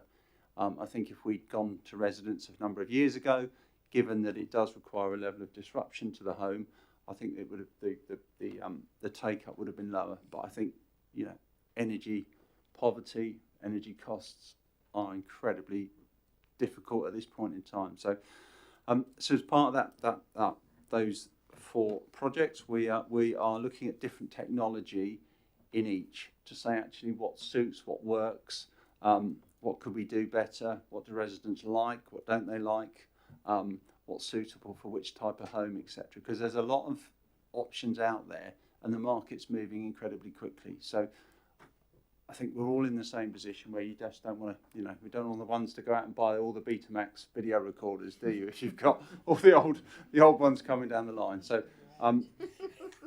I am showing my age. So those programs are underway, and I think it would be a really interesting thing for we talked earlier about having other topics to come back and talk about. I think things like retrofit would be a great one to come back and share some of those findings with you. In terms of new homes, I mean, in terms of energy efficiency, air source heat pumps and everything, that's all covered by the building regulations. We have a home and place standard now, so for all new homes that we build, we ensure that if they're not built by us directly, we will ask the developer to ensure that they come up to a required standard, and often we'll have to pay additional money for that to take place, because otherwise we're going to be retrofitting them again in a couple of years' time. And for our own homes and our home and place standard, they come fully kitted out in terms of air source heat pumps and everything else one would expect. Garages, as I said, 3,600 in Basingstoke, 80-odd% are let. Most of those won't have cars in them because they're now too small to have cars. But what they do provide is quite a useful community facility in terms of storage. People actually run small businesses from them, times, etc., etc. One of the challenges we have is how we look after them, what we do with them in the future. We currently have a piece of work going underway looking right across our whole portfolio at garages, and I have to say the majority are probably here and in our other LSVTs. The challenge we have is that where there were development opportunities, we've probably done that, so they've been done. How are they going to fit into the wider landscape? Quite often people are just asking for them to be knocked down and parking provided, but that's an easy solution from one half of the community, but for those people that use them, they are a valued asset. So likewise, I can't give a definitive answer, but I want to reassure you that we've got a strategy, and we have a garage working group that meets monthly to ensure that it's the best product that it can be. Thanks very much, Councillor Ganesh. Thank you, Chair. Thanks for the very detailed report. It's very interesting to hear some of the facts, and where you have explained some of the maintenance regime, which is good to see the improvements made recently. But we represent a board with almost 60% newly built houses, so you've got one of those models where the housing association newly built, and you've got these management agents. So when at this kind of a scenario, you've got this first 2 years builder's guarantee, then the 8 years of NHBC. So it get more complicated who to contact for the resident, from who's responsible to get the maintenance done. So at this point, what is the mechanism you have in terms of communicating to the new or recently moved tenants to explain them, or just tell them who's responsible and who's responsible to fix it, and who should they speak to? Because in most instances they've contacted us, and we've tried to speak to developer first, and they say no, then management agent, then they know, then we come back to then ask them to contact you guys. So there are instances this can be easily resolved with some sort of a clear communication right from the beginning when they take the tenancy, and that's one. The other one is around if there's a management fee involved in that houses, how that is managed, and how that is dealt with the developer or management agent for the upkeep of the communal areas. Those are my two questions. If you got any answers on that, thank you. Well, I suppose I'm a bit disappointed to hear that people don't understand what the managing agent does and what we do. So I think that's a great feedback, actually. So I'll pick that up with our lettings teams. As far as the managing agent is concerned, generally they will just be responsible for the estate or the block, depending on what the arrangement is. Yeah, the communal areas. Yeah. So if customers are unclear, then obviously we need to do something about that to communicate that better. So I mean, if you want to talk to me outside, if it's one of ours, obviously we can do something now to put that in place, and I'll take that forward for when we let our homes in future. As far as the charges are concerned, it's always a bit tricky around with the first couple of years because it's always an estimate to begin with as to what the managing fee is going to be. And then, of course, it's not until we get the actual costs that we can then make sure that the service charge is accurate. For our shared owners pay actual costs, whereas our tenants pay normally a fixed service charge. So it probably impacts our shared owners more so than our tenants, because we would just say to our, every annual review, we would say to our tenants, this is what your service charge is for the year, and then we won't review it until the following year. Whereas with our shared owners, we have to provide actual statements, and so they probably feel it a little bit differently to our tenants as to around that management agent fee. Especially, as I say, in the first couple of years, because it is based on an estimate initially, and then of course it's not until we know what the actual costs are, maybe 18 months, 2 years later, that that comes into play.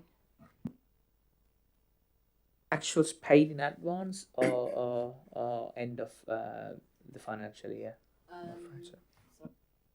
So we set an estimated service charge for our shared owners, and then it's like a year later that they get the actual statement.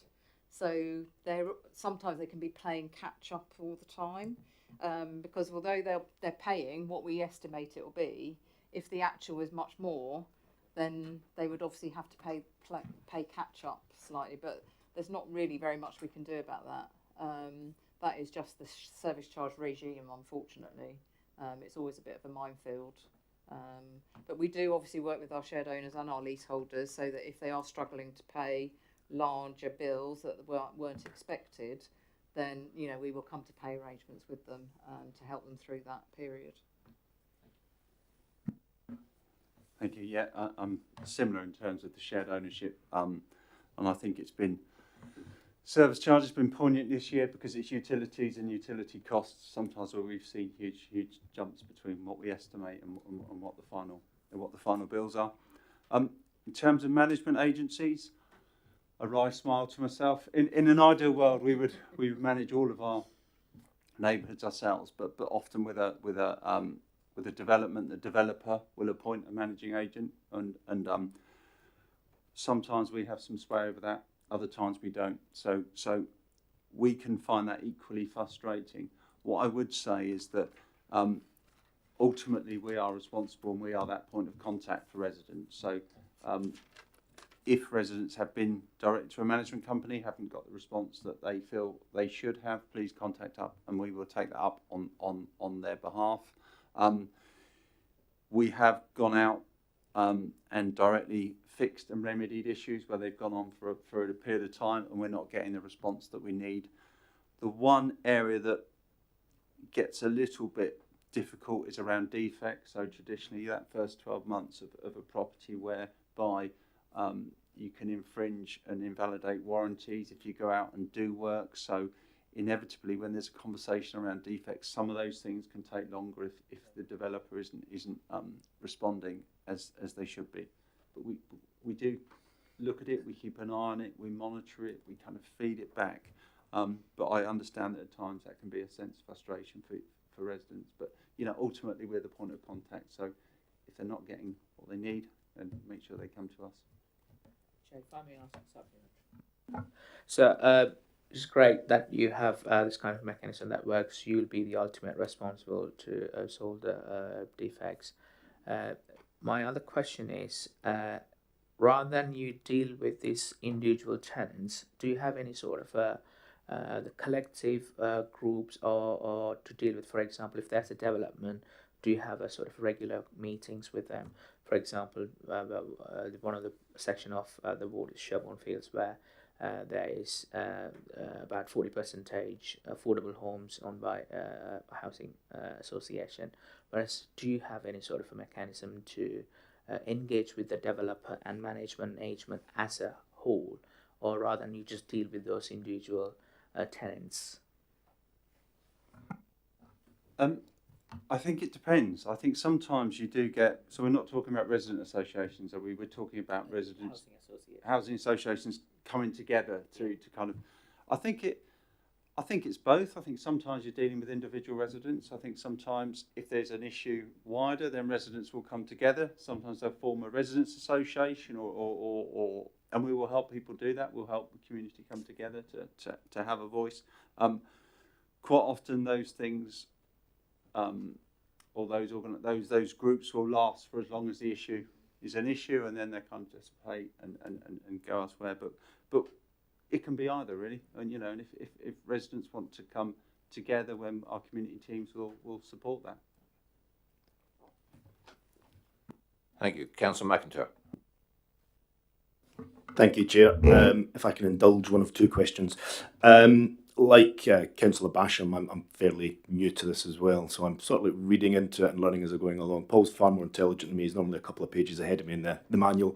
So my understanding, the coalition government back in 2011, I think, was that they changed the tenure of affordability, and personally I think it's a good idea. Ex-military, so anything where you can have shared ownership, key workers, helping with that first footstep onto the housing ladder, I think is fantastic. Where I get a little bit perhaps trying to understand is the breakdown in the difference between social rent and affordable rent. And my understanding is that it's the responsibility of the landlord, the association, or the council to decide whether or not it charges social rent or affordable rent. Calculations, I think, are government calculations on that. And my understanding is that the rationale behind affordable rent is that the housing association can take that increased income, typically topped up by housing benefits, and can then use those profits to go back into sort of like expanding your real estate. Could you correct me if I'm wrong or not? And then just sort of perhaps correct me on my my layman's understanding of the difference between social rent and affordable rent. Thank you. So yes, so you've got social rent, which is usually about 60% of market rent, and then you've got affordable rent, which is about 80% of market rent. So affordable rent, you're absolutely right, was introduced as a tenure that was kind of envisaged that organisations would then make additional money and revenue, and that money would be reinvested. And there was a period of time where some organisations tried to change the tenure from social housing from social rent to affordable rent. That kind of fell away, but we are still left with two types of rent. Now, from a sovereign perspective, our tenure of choice is always social rent. So wherever we can do social rent, we will always do social rent. However, with affordable rent, sometimes the 106 planning asks and specifies affordable rent, in which case the properties will be affordable rent. And in other times, the condition of funding, so for example, if there's Homes England funding, etc., that will also determine the type of tenure. So that may say, on this scheme, you'll have affordable rent. And local authorities will have preferences. So some local authorities that we work with, their preferences affordable is for social rent. So you'll see that coming through in the 106s, you'll see that coming. And as long as there's a level playing field for those people providing and bidding for homes, that's fine. Other local authorities will say, no, we're affordable rent, and they will ask for affordable rent as a product across the piece. It's interesting to note, though, affordable rent is inclusive of service charge. Social rent is not. So the two have got much closer together, I think, over the years, as service charges, predominantly around utility costs, etc., have grown. So when you look at social rent plus service charge, and then you look at affordable rent, the gap between them isn't that 20% that you kind of would see at first glance.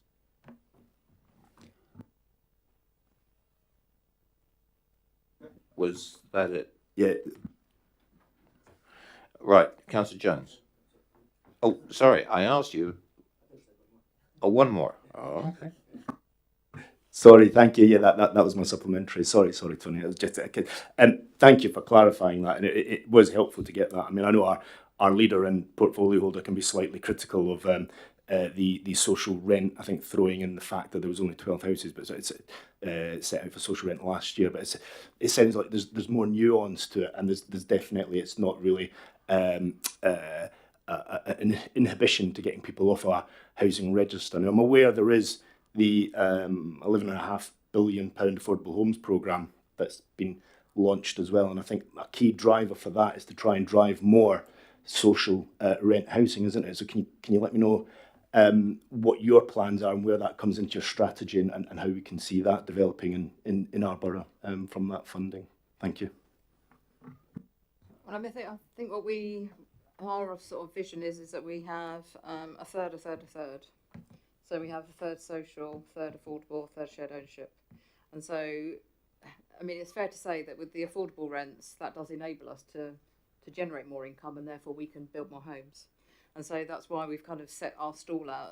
That's what we're doing at the moment. But if we can drive towards more social housing, then we will. Social rented, I should say, because we know that it's a more affordable product. But to enable us to continue to develop at the rate we are developing, that's the model that we're using at the moment. Because, you know, the grant funding, although, you know, they're quoting millions there, the grant funding per unit is pretty low. And so we do have to finance it, and that's the cost of finance. And of course, we've seen over the last sort of 18 months interest rates rocket. And so that's obviously impacted our ability to fund new developments and do continue to develop, to invest in our existing homes as well. So it's, you know, very much juggling the books a little bit, really, with the interest rates in particular that has really impacted us quite heavily. If I could just add to that as well, that some developments qualify for funding through that route, others don't. So again, it's quite subjective, and it's a kind of site-by-site development basis. But just to reassure you, I think the vast majority of homes that are let through the waiting list are social rent here in Basingstoke. Dean. Yeah. The majority of relets through CBL are existing stock, so there's that churn of social rented. The majority of new stuff that has been delivered has been at affordable rents, and it's always about trying to have that balance, because at the time you mentioned, yes, there was a drive for new affordable rents to be delivered through the development process and through conversions as well, whereas now I think we are working towards a more balanced situation, but recognising as well that the welfare benefit system hasn't kept up with affordable rents. So you could have an affordable rent for which it exceeds the local housing allowance, which determines how much help someone may be able to get towards paying the rent. So it's an ever-moving feast. It's a real science, but it's just about having that flexibility within there. Sorry, could I just come back on that as well, and just reassure that we do cap affordable rent at local housing allowance. So you yeah, do. yeah, we both do. So just so you're clear that we don't. If affordable rent is, we do. Yeah. So we can. Yeah, between our two organisations, if the affordable rent is over the local housing allowance, then the let is capped at local housing allowance. Okay, thank you. Councillor Jones. Yeah, you were saying about the trying to get skilled workers, i.e. electricians. Are you running an apprentice scheme? Because I think it didn't come out there, and I think it's quite, you know, from that perspective, but well, you do, so that's the end of that one. And just the other quick question is, I notice we're talking about councillors and things. Do you, not you personally, does your organisation understand when people complain to councillors, it's usually the end of the road, not the beginning of the road? And I sometimes wonder whether you treat that as should treat that more as an emergency type situation, because I've had loads of cases, and I expect all councillors do, and it's usually been going on for years or whatever. And when they get through to the call centre, and I think we just had one just now, that being told something different. And I just wondered what we can do. I know you're talking about I don't know what it is. A model. But I'd like so councillors could have an actual contact with someone who's got authority to go ahead. I know I have got numbers of Luke's, and we use it quite regularly. But you know, officially, it would be good, I think. Was there a question there? That was the question. Is there? Okay. Is there a form of actually getting in contact officially? Not, you know. Well, we have a dedicated email address for our councillors to contact us on, and I would hope that when those queries go through to our teams, that they are dealt with effectively and efficiently, and are treated in accordance with the priority that they are. And if you're not getting that response, then obviously you can certainly come to me, and I will make sure that happens, because that's the expectation that I would have of my teams. We want to work in partnership with our councillors, because we've got all the same objectives at the end of the day. We want to make sure that our customers are living happily in their homes and safely and in their communities. So we do have the same objective.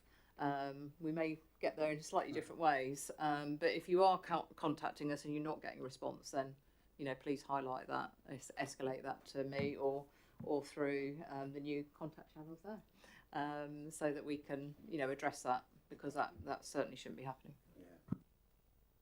I think, I mean, I would just endorse that. I think that so firstly, it's a yes on apprentices, so big apprenticeship programme. In terms of the counselling interaction, I would endorse everything that Alex has said. I would also say that previously we have often had meetings with groups of councillors, ward councillors, for example, if there's been specific issues in wards or with a specific thing at a particular time. And what we found is not as a regular meeting that goes on for years and years, but as a sort of start and finish piece, they've worked really well. So if there are a need for any of those to happen, then very happy for those to take place with the locality managers or the assistant director. Myself in the past, Tony, we've met and had groups around damp and mould a few years ago and other things. So if you feel that we're not listening and you'd like to be heard in that respect, please just let me know, and we can organise that very quickly. Right, thank you. Councillor Bound. Bowes, sorry. No, it's Councillor Bound. Bound. Thank you, Chair. Just a general point to Alex. I think when you mentioned garages not being important, I understand that houses have got to be the most important, but in my opinion, I've got in my area lots of garage blocks, and they seem to attract a lot of antisocial behaviour. They tend to be hidden away, and you can't see what's going on there, and I get an awful lot of complaints about them. I've heard a fairly positive picture from both of you, with slight caveats maybe. I'm feeling slightly frustrated though, in that we've got 2 housing associations here out of, what, 25? 25, okay. And so it's a question to Kate really. Would you say that what we've heard from Alex and Luke does apply across the board with our other housing associations? Yes and no. They're all covered by the same regulatory regime. They would probably all talk about sort of similar initiatives in terms of customer engagement, etc., etc. I think the no to that is the local priority. These were our LSVT born associations. This is where we have the sort of main objectives and the priorities. And I would say this around Basingstoke and Dean, because that's where the prominence is. And I do, we get the same feedback back from our RPs that actually Basingstoke and Dean is for Sovereign and Vivid. I'm saying this on behalf of them, but I know that they'll nod in agreement. Is one of their most progressive partner local authorities. That in terms of that openness and transparency around the engagement. And difficult conversations are had. but compromises and sort of mutually agreeable positions are agreed. So can I say the same about all 25 RPs? Absolutely not. And the work that Rachel's been doing has uncovered lots of interesting areas around, you know, RPs even knowing where Basingstoke and Dean is, let alone having what stock and with what tenant. So this is the start of a journey around our relationship with all RPs, but also to get to the point of the really positive and strong relationship that I feel that we have with Sovereign and Vivid. Councillor Bowes. Thank you, Chair. A quick point again on contact. It's great that the contact times are as quick as they are at the moment, but a frustration that's been raised with me is continuity of contact. So if, for example, when something goes wrong, you have to get back in contact again with the housing association and having to go over the same ground over and over again, which wastes your time, which wastes their time. And I was wondering, is there some way of ensuring the same person deals with a problem until it's resolved? Or perhaps a better way of doing a case number? Thanks. I think this is kind of just a challenge for us really to be able to do that. You know, we have our communication sort of approaches via our contact centre, and we are introducing a new IT system. We've done phase 1. We're kind of working through phase 2 and 3 now, in the hope that we will be able to capture contact with customers more effectively. So customers won't have to repeat again and again and again, and I know that happens. So we are kind of trying to do things that will make that better, but I can't always guarantee that it's going to be the same person who would deal with an issue. I mean, if there's a major issue, then I would hope that somebody would just take ownership and they would see that through to the end.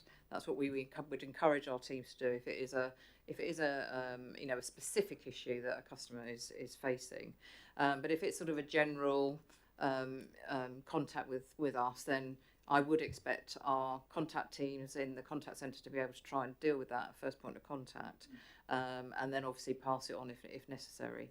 We also are developing our online account. So for those customers who are digitally enabled and want to contact and communicate with us through that, we're also developing that so that there's more sort of case management through the online account. So if they have an open issue with us, we should be able to communicate just through the online account, which we've started to do.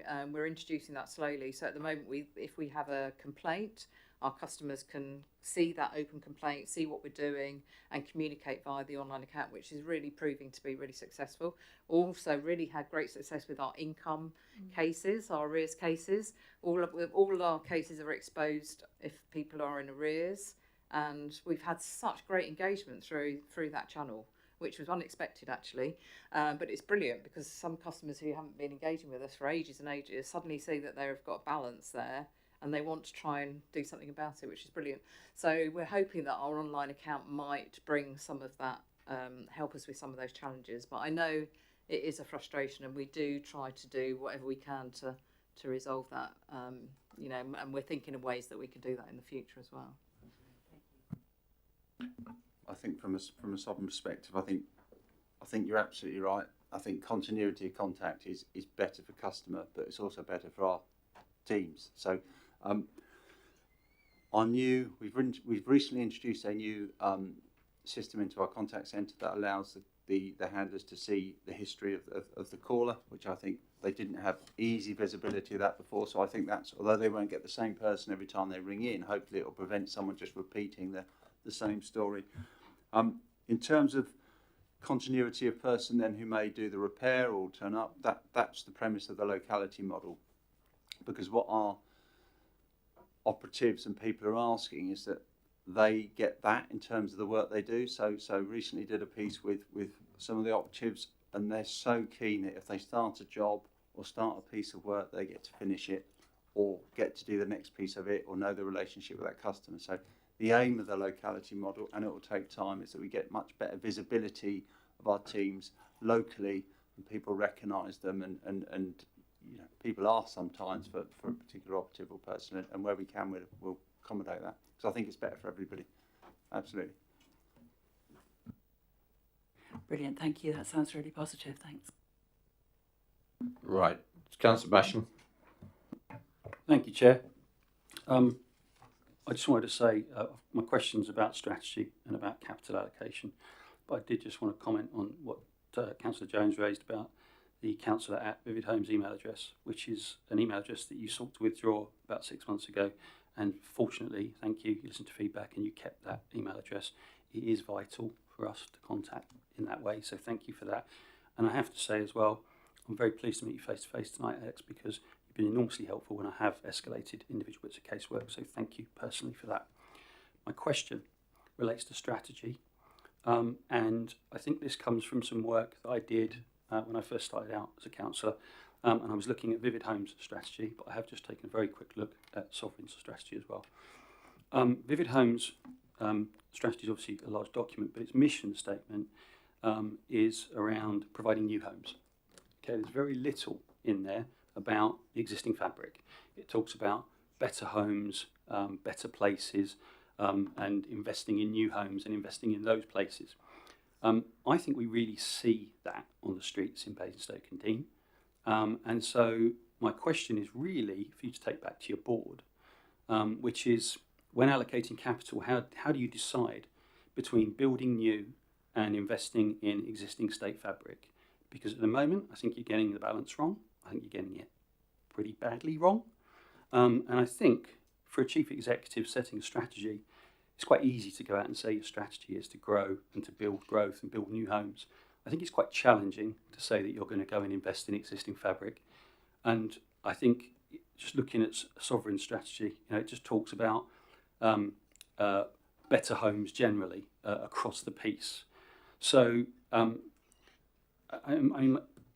just you quoted some numbers about how much has been invested, and you said you've invested £1.2 million in boilers. You also said you've got 34,500 homes. That's £34.78 per home of investment, which if a boiler costs £3,500, and my boiler when I had it done cost a lot more than that, that's 1% of houses are getting a new boiler every year, which means that on a straight line basis, everyone's going to have to wait 100 years for a new boiler. That can't be right. I must have got my assumptions slightly wrong in there, but I think it's illustrative of the lack of investment in capital in existing fabric. Just to be fair, Sovereign quoted £2 million of capital investment in 6,625 homes in Basingstoke and Dean. That's about £300 per home. If we say the average rent roll is £500 a month, that's £6,000 a year, which means that £300 a home per year is 5% capital investment, which means that once every 20 years I'll get a new kitchen. I don't know, well, that's an interesting discussion we have in our house about new kitchens, but it's I don't know if that's fair or not, but I just think that there's an underinvestment in existing stock, and I'd just like you to address the point, and I would like you to take it back to your boards. Thank you.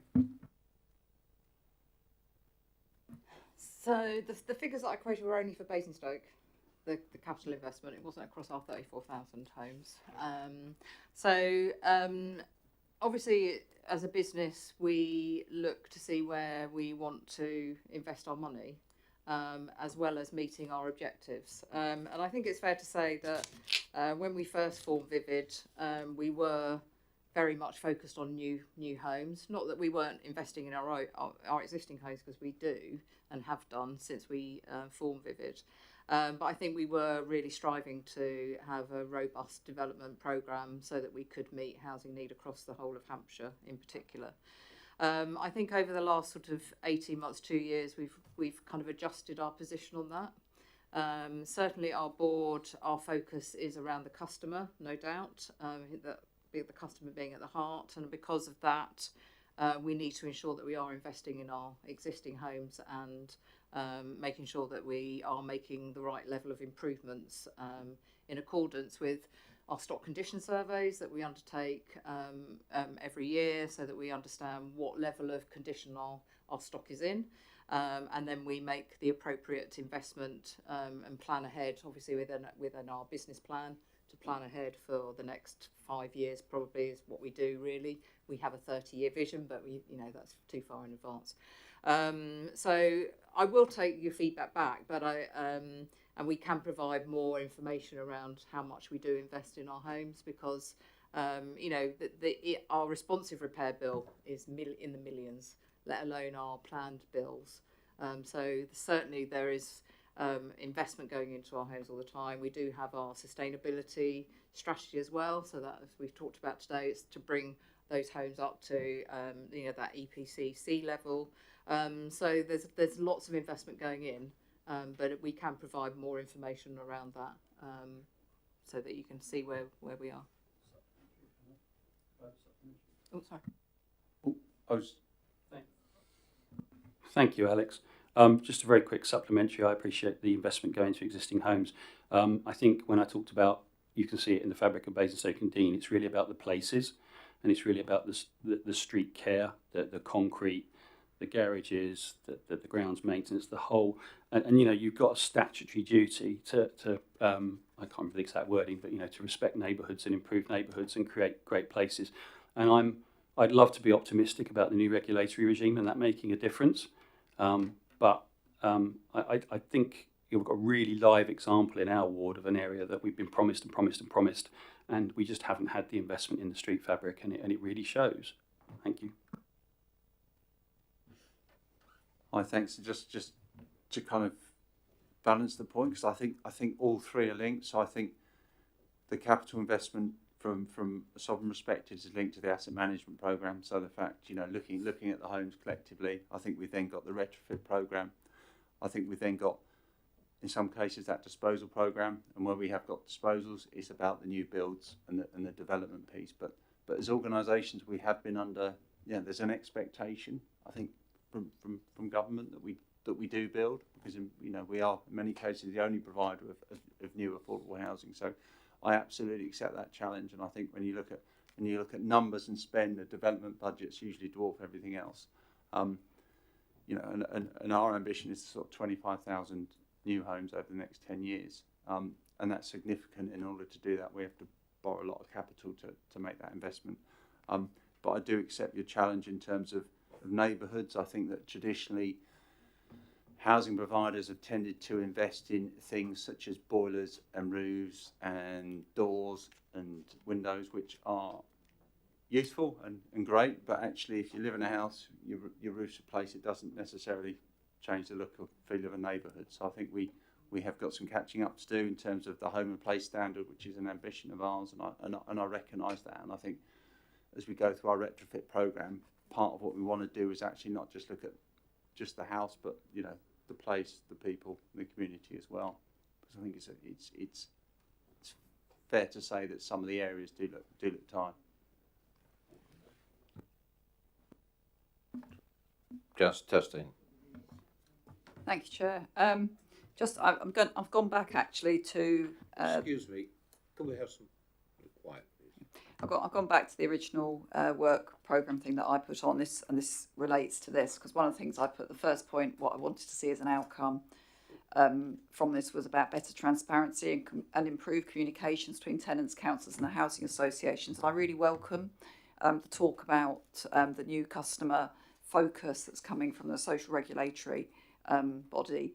But what I wondered, obviously you talked about resident panels. I was quite interested in how you recruit and the take up, and whether it's just sort of a few, how representative it is. And also it's an ask actually. I think it would be incredibly helpful if councillors, even if it wasn't on a regular basis, but managed to get to be able to be involved a little bit around that, because then that way we could, because one of the things I have asked a lot is about hearing the good news stories. And as you've seen, obviously I've been engaging with your Vivid Community Plus project, which is fantastic.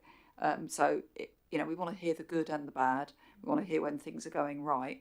So anything around that one. And also another little question, which is really about as the regulatory stuff's coming through, when's that likely to actually be really in place? When will we start seeing some sort of output from that?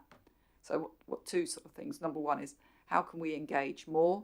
And also, when will we see the actual evidence of what's coming from the new standards? So if I start with the resident piece, so in a sovereign world, we have got what we call a resident and board partnership. So that's a group of residents which effectively works in that strategic place alongside the board. So the chairman of the partnership, who's a resident, goes to the board meetings, etc. So there's a real coming together. The chairman and the chief executive come to the resident and board partnership meeting. So there's a real sort of connection there, I think, in terms of that strategic development. We've also got a scrutiny group, so a group of residents who scrutinise and look at services and then pass their recommendations through to the executive, the board for work. Alongside that, we've got a youth panel, and then we've got various community groups. So I think the engagement structure is strong. I think the area that we could probably do a bit more is around digital engagement and feedback. So we're doing a lot of work on the voice of the customer, which is actually using other methods other than just direct conversations with residents, which are important, but actually there are other ways which residents should and want to feedback services that we can, or feedback on services that we can then, look at, digest, understand, etc. Albeit to say that we are currently reviewing our resident structures as part of the move with the merger with Network. I haven't answered the second part, have I? Should I? Sorry, should I? So a lot of what is happening in terms of the Social Regulation Act is out for consultation at the moment. So there's every other week there's a consultation arriving from DLUC around the regulatory standards, professionalism, even about how they collect their own fees. So I think what we'll see is we've got no firm dates for some of it. There is a firm date for the tenant satisfaction measures, which is to be published in April. But other than that, you'll see the other bits appear. So, for example, we know there's some pilot inspections happening. So in terms of the inspection regime, that's underway. Be great to start for us to get some feedback for how that's progressing. So I think we'll see them come on in steps. But the only thing I would flag, although it has gone through and it's gone through, is, we might see a change of government at some point potentially, which might have an impact, not in terms of because it's law, but just in terms of when some of those things actually are delivered. So a little bit up in the air, I think, for a lot of them at the moment. Yeah, I agree. I think as we go through this year, we'll see more and things drop in, really. As far as sort of when you'll see the sort of outputs from it, I mean, maybe a couple of years really, before you kind of see any real change or any real reporting on what's going on and how it's kind of positively impacted. I would say. As far as our resident engagement approach, similar really, I suppose, to Sovereign. We have our sort of formal resident engagement panels. So we have our Vivid Impact, who are our scrutiny panel. They do like deep dives into our service delivery areas and come up with recommendations on how we can improve. And we have our more formal customer services committee, which feeds directly into our board. So those are kind of formal engagement structures. And we have a sort of a menu of opportunities for other customers to get engaged with us. So as an example, with our focus on our repairs service, so getting down our wait times, but also we're looking at how we deliver our repair service. And so we've invited some customers to join a sort of focus group to work with our repairs colleagues to, really kind of feedback about what their views and thoughts are on how we deliver that service. So that's what we try to sort of encourage, rather than sort of having fixed things too much, because I personally think it's a real ask to get customers to spend loads of their precious time, you know, linking in with us. So we try to sort of do it as and when needed, or you know, where we know that there's a certain topic that customers would be very interested in getting involved in. So that's why we sort of have a bit of a more flexible menu of opportunities, I suppose. We do encourage our estate reps, because those have been really great in sort of working with our neighbourhood teams to look at our estates and what have you. So as I say, it's a bit flexible. Can I just come back in, because I omitted to mention earlier, my earlier reply was that we haven't really talked much about the housing ombudsman. So if you're talking about impacts, I think that is a clear impact of the new regulatory regime, where we're seeing the housing ombudsman being much more proactive, interventionary. It's got the capacity now to organise inspections. It's writing reports on. So it's in the last 12 months, the position of the housing ombudsman in relation to ourselves has changed significantly, and that's been driven through DLUP. No, I'm sorry, Councillor Basham. We've got to draw this to a close. We've had 2 hours of very productive presentations, questions and answers.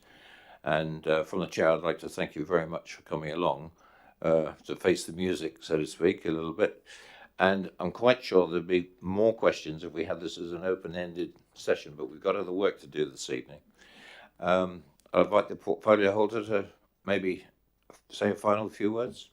Yes, thank you very much for all your comments. And you know, I think we've all taken those down. And what I intend to do is meet with Rachel and with Kate to look at those issues that you've all raised and how we can shape that into Rachel's post going forward, and how we might be able to sort of work with you and with other members on some of these issues. And I think for yourselves as well, it's the possibility of future, which pieces that you've talked about tonight that you want to pull out for future scrutiny. And I think that's what for you to think about. And we're very happy to work with you on that if there are other areas. But I think in relation to the strategic housing liaison post, it's how we can improve communication. And we've looked at all of it, I've taken notes on all of the issues that you've raised tonight and how we may take that forward. And we'll come back to you on that. But really to say a really big thank you to Vivid and to Sovereign for coming along tonight. Alex, you know, thank you very much, and thank you, Luke, for the time that you've given. It's much appreciated. Thank you.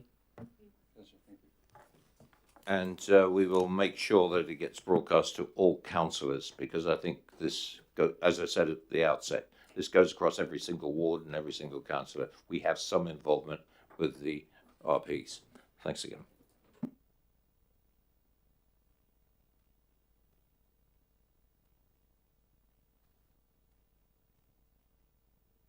Take a 5-minute break.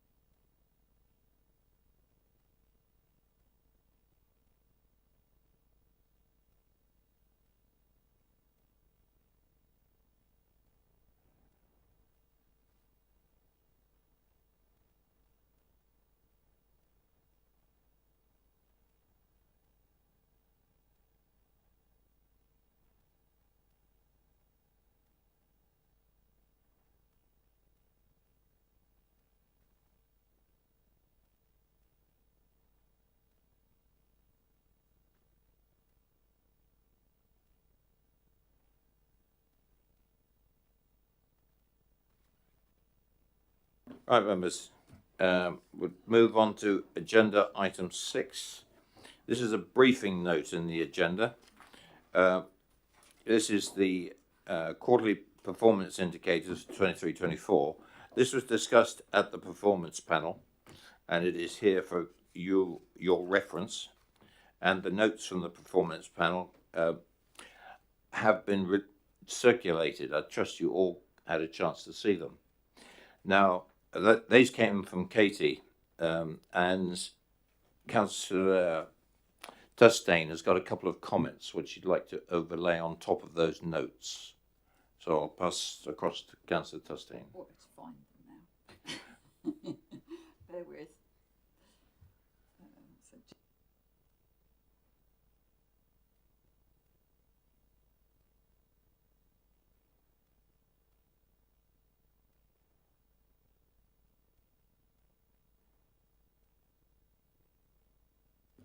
Okay, folks, I found them.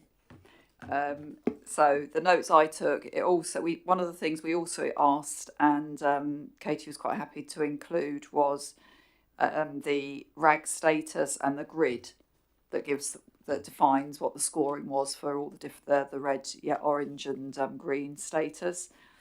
And also one of the points was around the homeless households information was included a note indicating its KPIs to be mothballed. I think another comment was about the level of influence for all KPIs. I referenced the housing KPI and said that one is a typical example, but I also referred to waste as another area. So the idea would be that where there is different levels of influence, it would be useful information to include it. So that's really the topic of agenda item 6. There's one thing we're not going to do is go through the whole KPIs again, because that was already done at the performance panel. Okay? So that is on the record. I'm going to move on to the last item, which will be the work programme. And we have a submission from Councillor McIntyre. Now, it's unfortunate, I've spoken to Ellie, it's the way these things get printed out. It's developed from a template in Teams, apparently, not the usual one in Word. I trust everybody's had a chance to read it. If not, please say so, and we'll go through a particular, read out something that you need to have a look at. It's submitted here for information. Do you want to have anything, if you'd like to present that, Councillor McIntyre? Yeah, thanks, Chair. So a little bit of the background on this. Coming up for 2 years now as a councillor, and my baptism of fire was the first 6 months on an EPH committee, thinking, what on earth is going on here? Just watching it get torn to shreds. People saying that this wasn't the process that we'd followed the previous local plan. Water cycle studies getting torn apart, officers getting quite a hard time, representative speakers coming in and getting quite a hard time. And this is what the whole point of this is, to try and take the politics away, so that in 5 years, in 10 years, when there's another batch of councillors, when another new batch of councillors, we've just gone through the process and we've agreed amongst ourselves, look what works. It's not looking at the housing number. Housing numbers come out. It's not looking at the decision. It's not looking at the consultation, the consultation stage. It's looking at the process. How did we get there? What were people saying? Were they right? Did we do it the right way? People were talking about the previous one. It was done via maps. It was done, and that's the reason why I'm bringing this forward, so that we can all agree amongst ourselves, so that it really doesn't become as unpleasant as it was, because it was quite unpleasant at certain times sitting in those APH committees, quite frankly. That was just my opinion, so that's why I'm bringing it forward, and that's why I think it would be a good reason to get it on the work programme. Thanks. Yes, Councillor Basham. Was anyone else on those EPH meetings that can corroborate that? I'm not trying to deny your reality, David. I'm just curious, because I think it's just interesting. I wasn't on EPH, but I know these things can be a baptism of fire when you're new to it as well. Councillor Carr, do you have anything to add to that, as you were on the committee at the time? Yes, thank you, Chairman. I think I would agree first and foremost with Councillor McIntyre's statements. Those EPH meetings were sometimes not the optimal process, and I think my view on this submission, I think it's a really useful opportunity. So thank you, David, to have a look at the process that we followed and to take away, I think, some lessons learned and how we can do this better and do this differently next time. That would be my view. I wasn't on EPH, obviously, and I'll come back to you in a minute, Councillor Ganesh. But I think this is the essence. If you read what the Scrutiny Committee or what a scrutiny function is there to do, is to look at process, not to sort of argue about did they get the right number. That's not our job. But it's looking to the process of how the council works. And this is a good example. It's been raised by two members. Well, one member, but I think I've heard that those EPH meetings were fairly torturous. I can have to say I can go back to the first local plan because I chaired the Planning and Infrastructure Committee and the very first EPH for a year. And that was torturous enough. So I think examining the process would be, from my personal point of view, a very good idea. Councillor Ganesh? Thank you, Chair. I think my first 2 years of my time as a councillor, first 9 months I sat in Development Control and EPH committee, and the next sort of 15 plus months as a portfolio holder for planning and infrastructure. I can definitely agree with Councillor McIntyre on some of the conversations we've had around how the local plan needs to be delivered. Was the conversations we've had was unpleasant, I would say, because we had a bit of an ambiguity around how things can be done from A to B to C, or A to C to D, or A to B, A to C to D. So it's kind of a sort of a point that we will have to intervene as a committee or as a cabinet or as a full council. So there's a bit of an ambiguity around it. So it'll be really helpful for us to nail that to a point where we can say this is the process, this is the sort of a gate reviews that where we get through the committee, where we get through the cabinet, where we get through the full council. So I'm sure it'll be really helpful for us to get that in sort of recorded at some point to understand the process. Thank you. Councillor Tusney. Thank you, Chair. Well, I totally with you. I love a good process, me.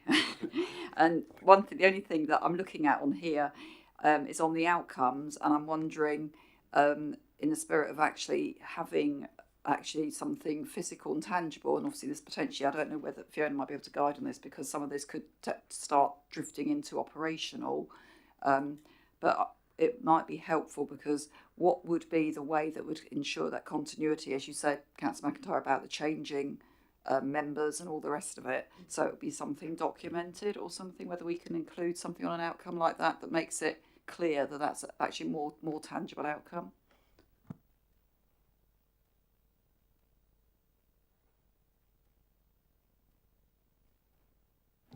So, but the intention still to scrutinise the process of, rather than scrutinise the outcome. Correct. Yes. I think the question was, I think it's probably going to be refined at the end about how we document the outcome. There's ways of documenting a process. I think it'd be fairly straightforward. It's a roadmap. Could I use that expression? Because I think most of us are familiar with these roadmaps, and that's exactly how it should be then documented.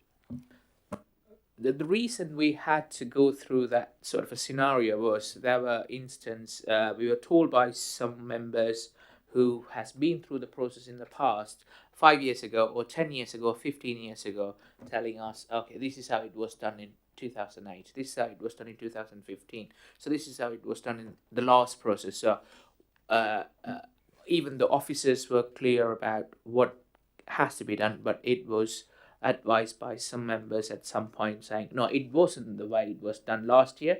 So there's some sort of a principle in place to do it in the way that they proposed at that time. So what we need is a sort of a process map to say, if there's a local plan, what is the process, how it's done.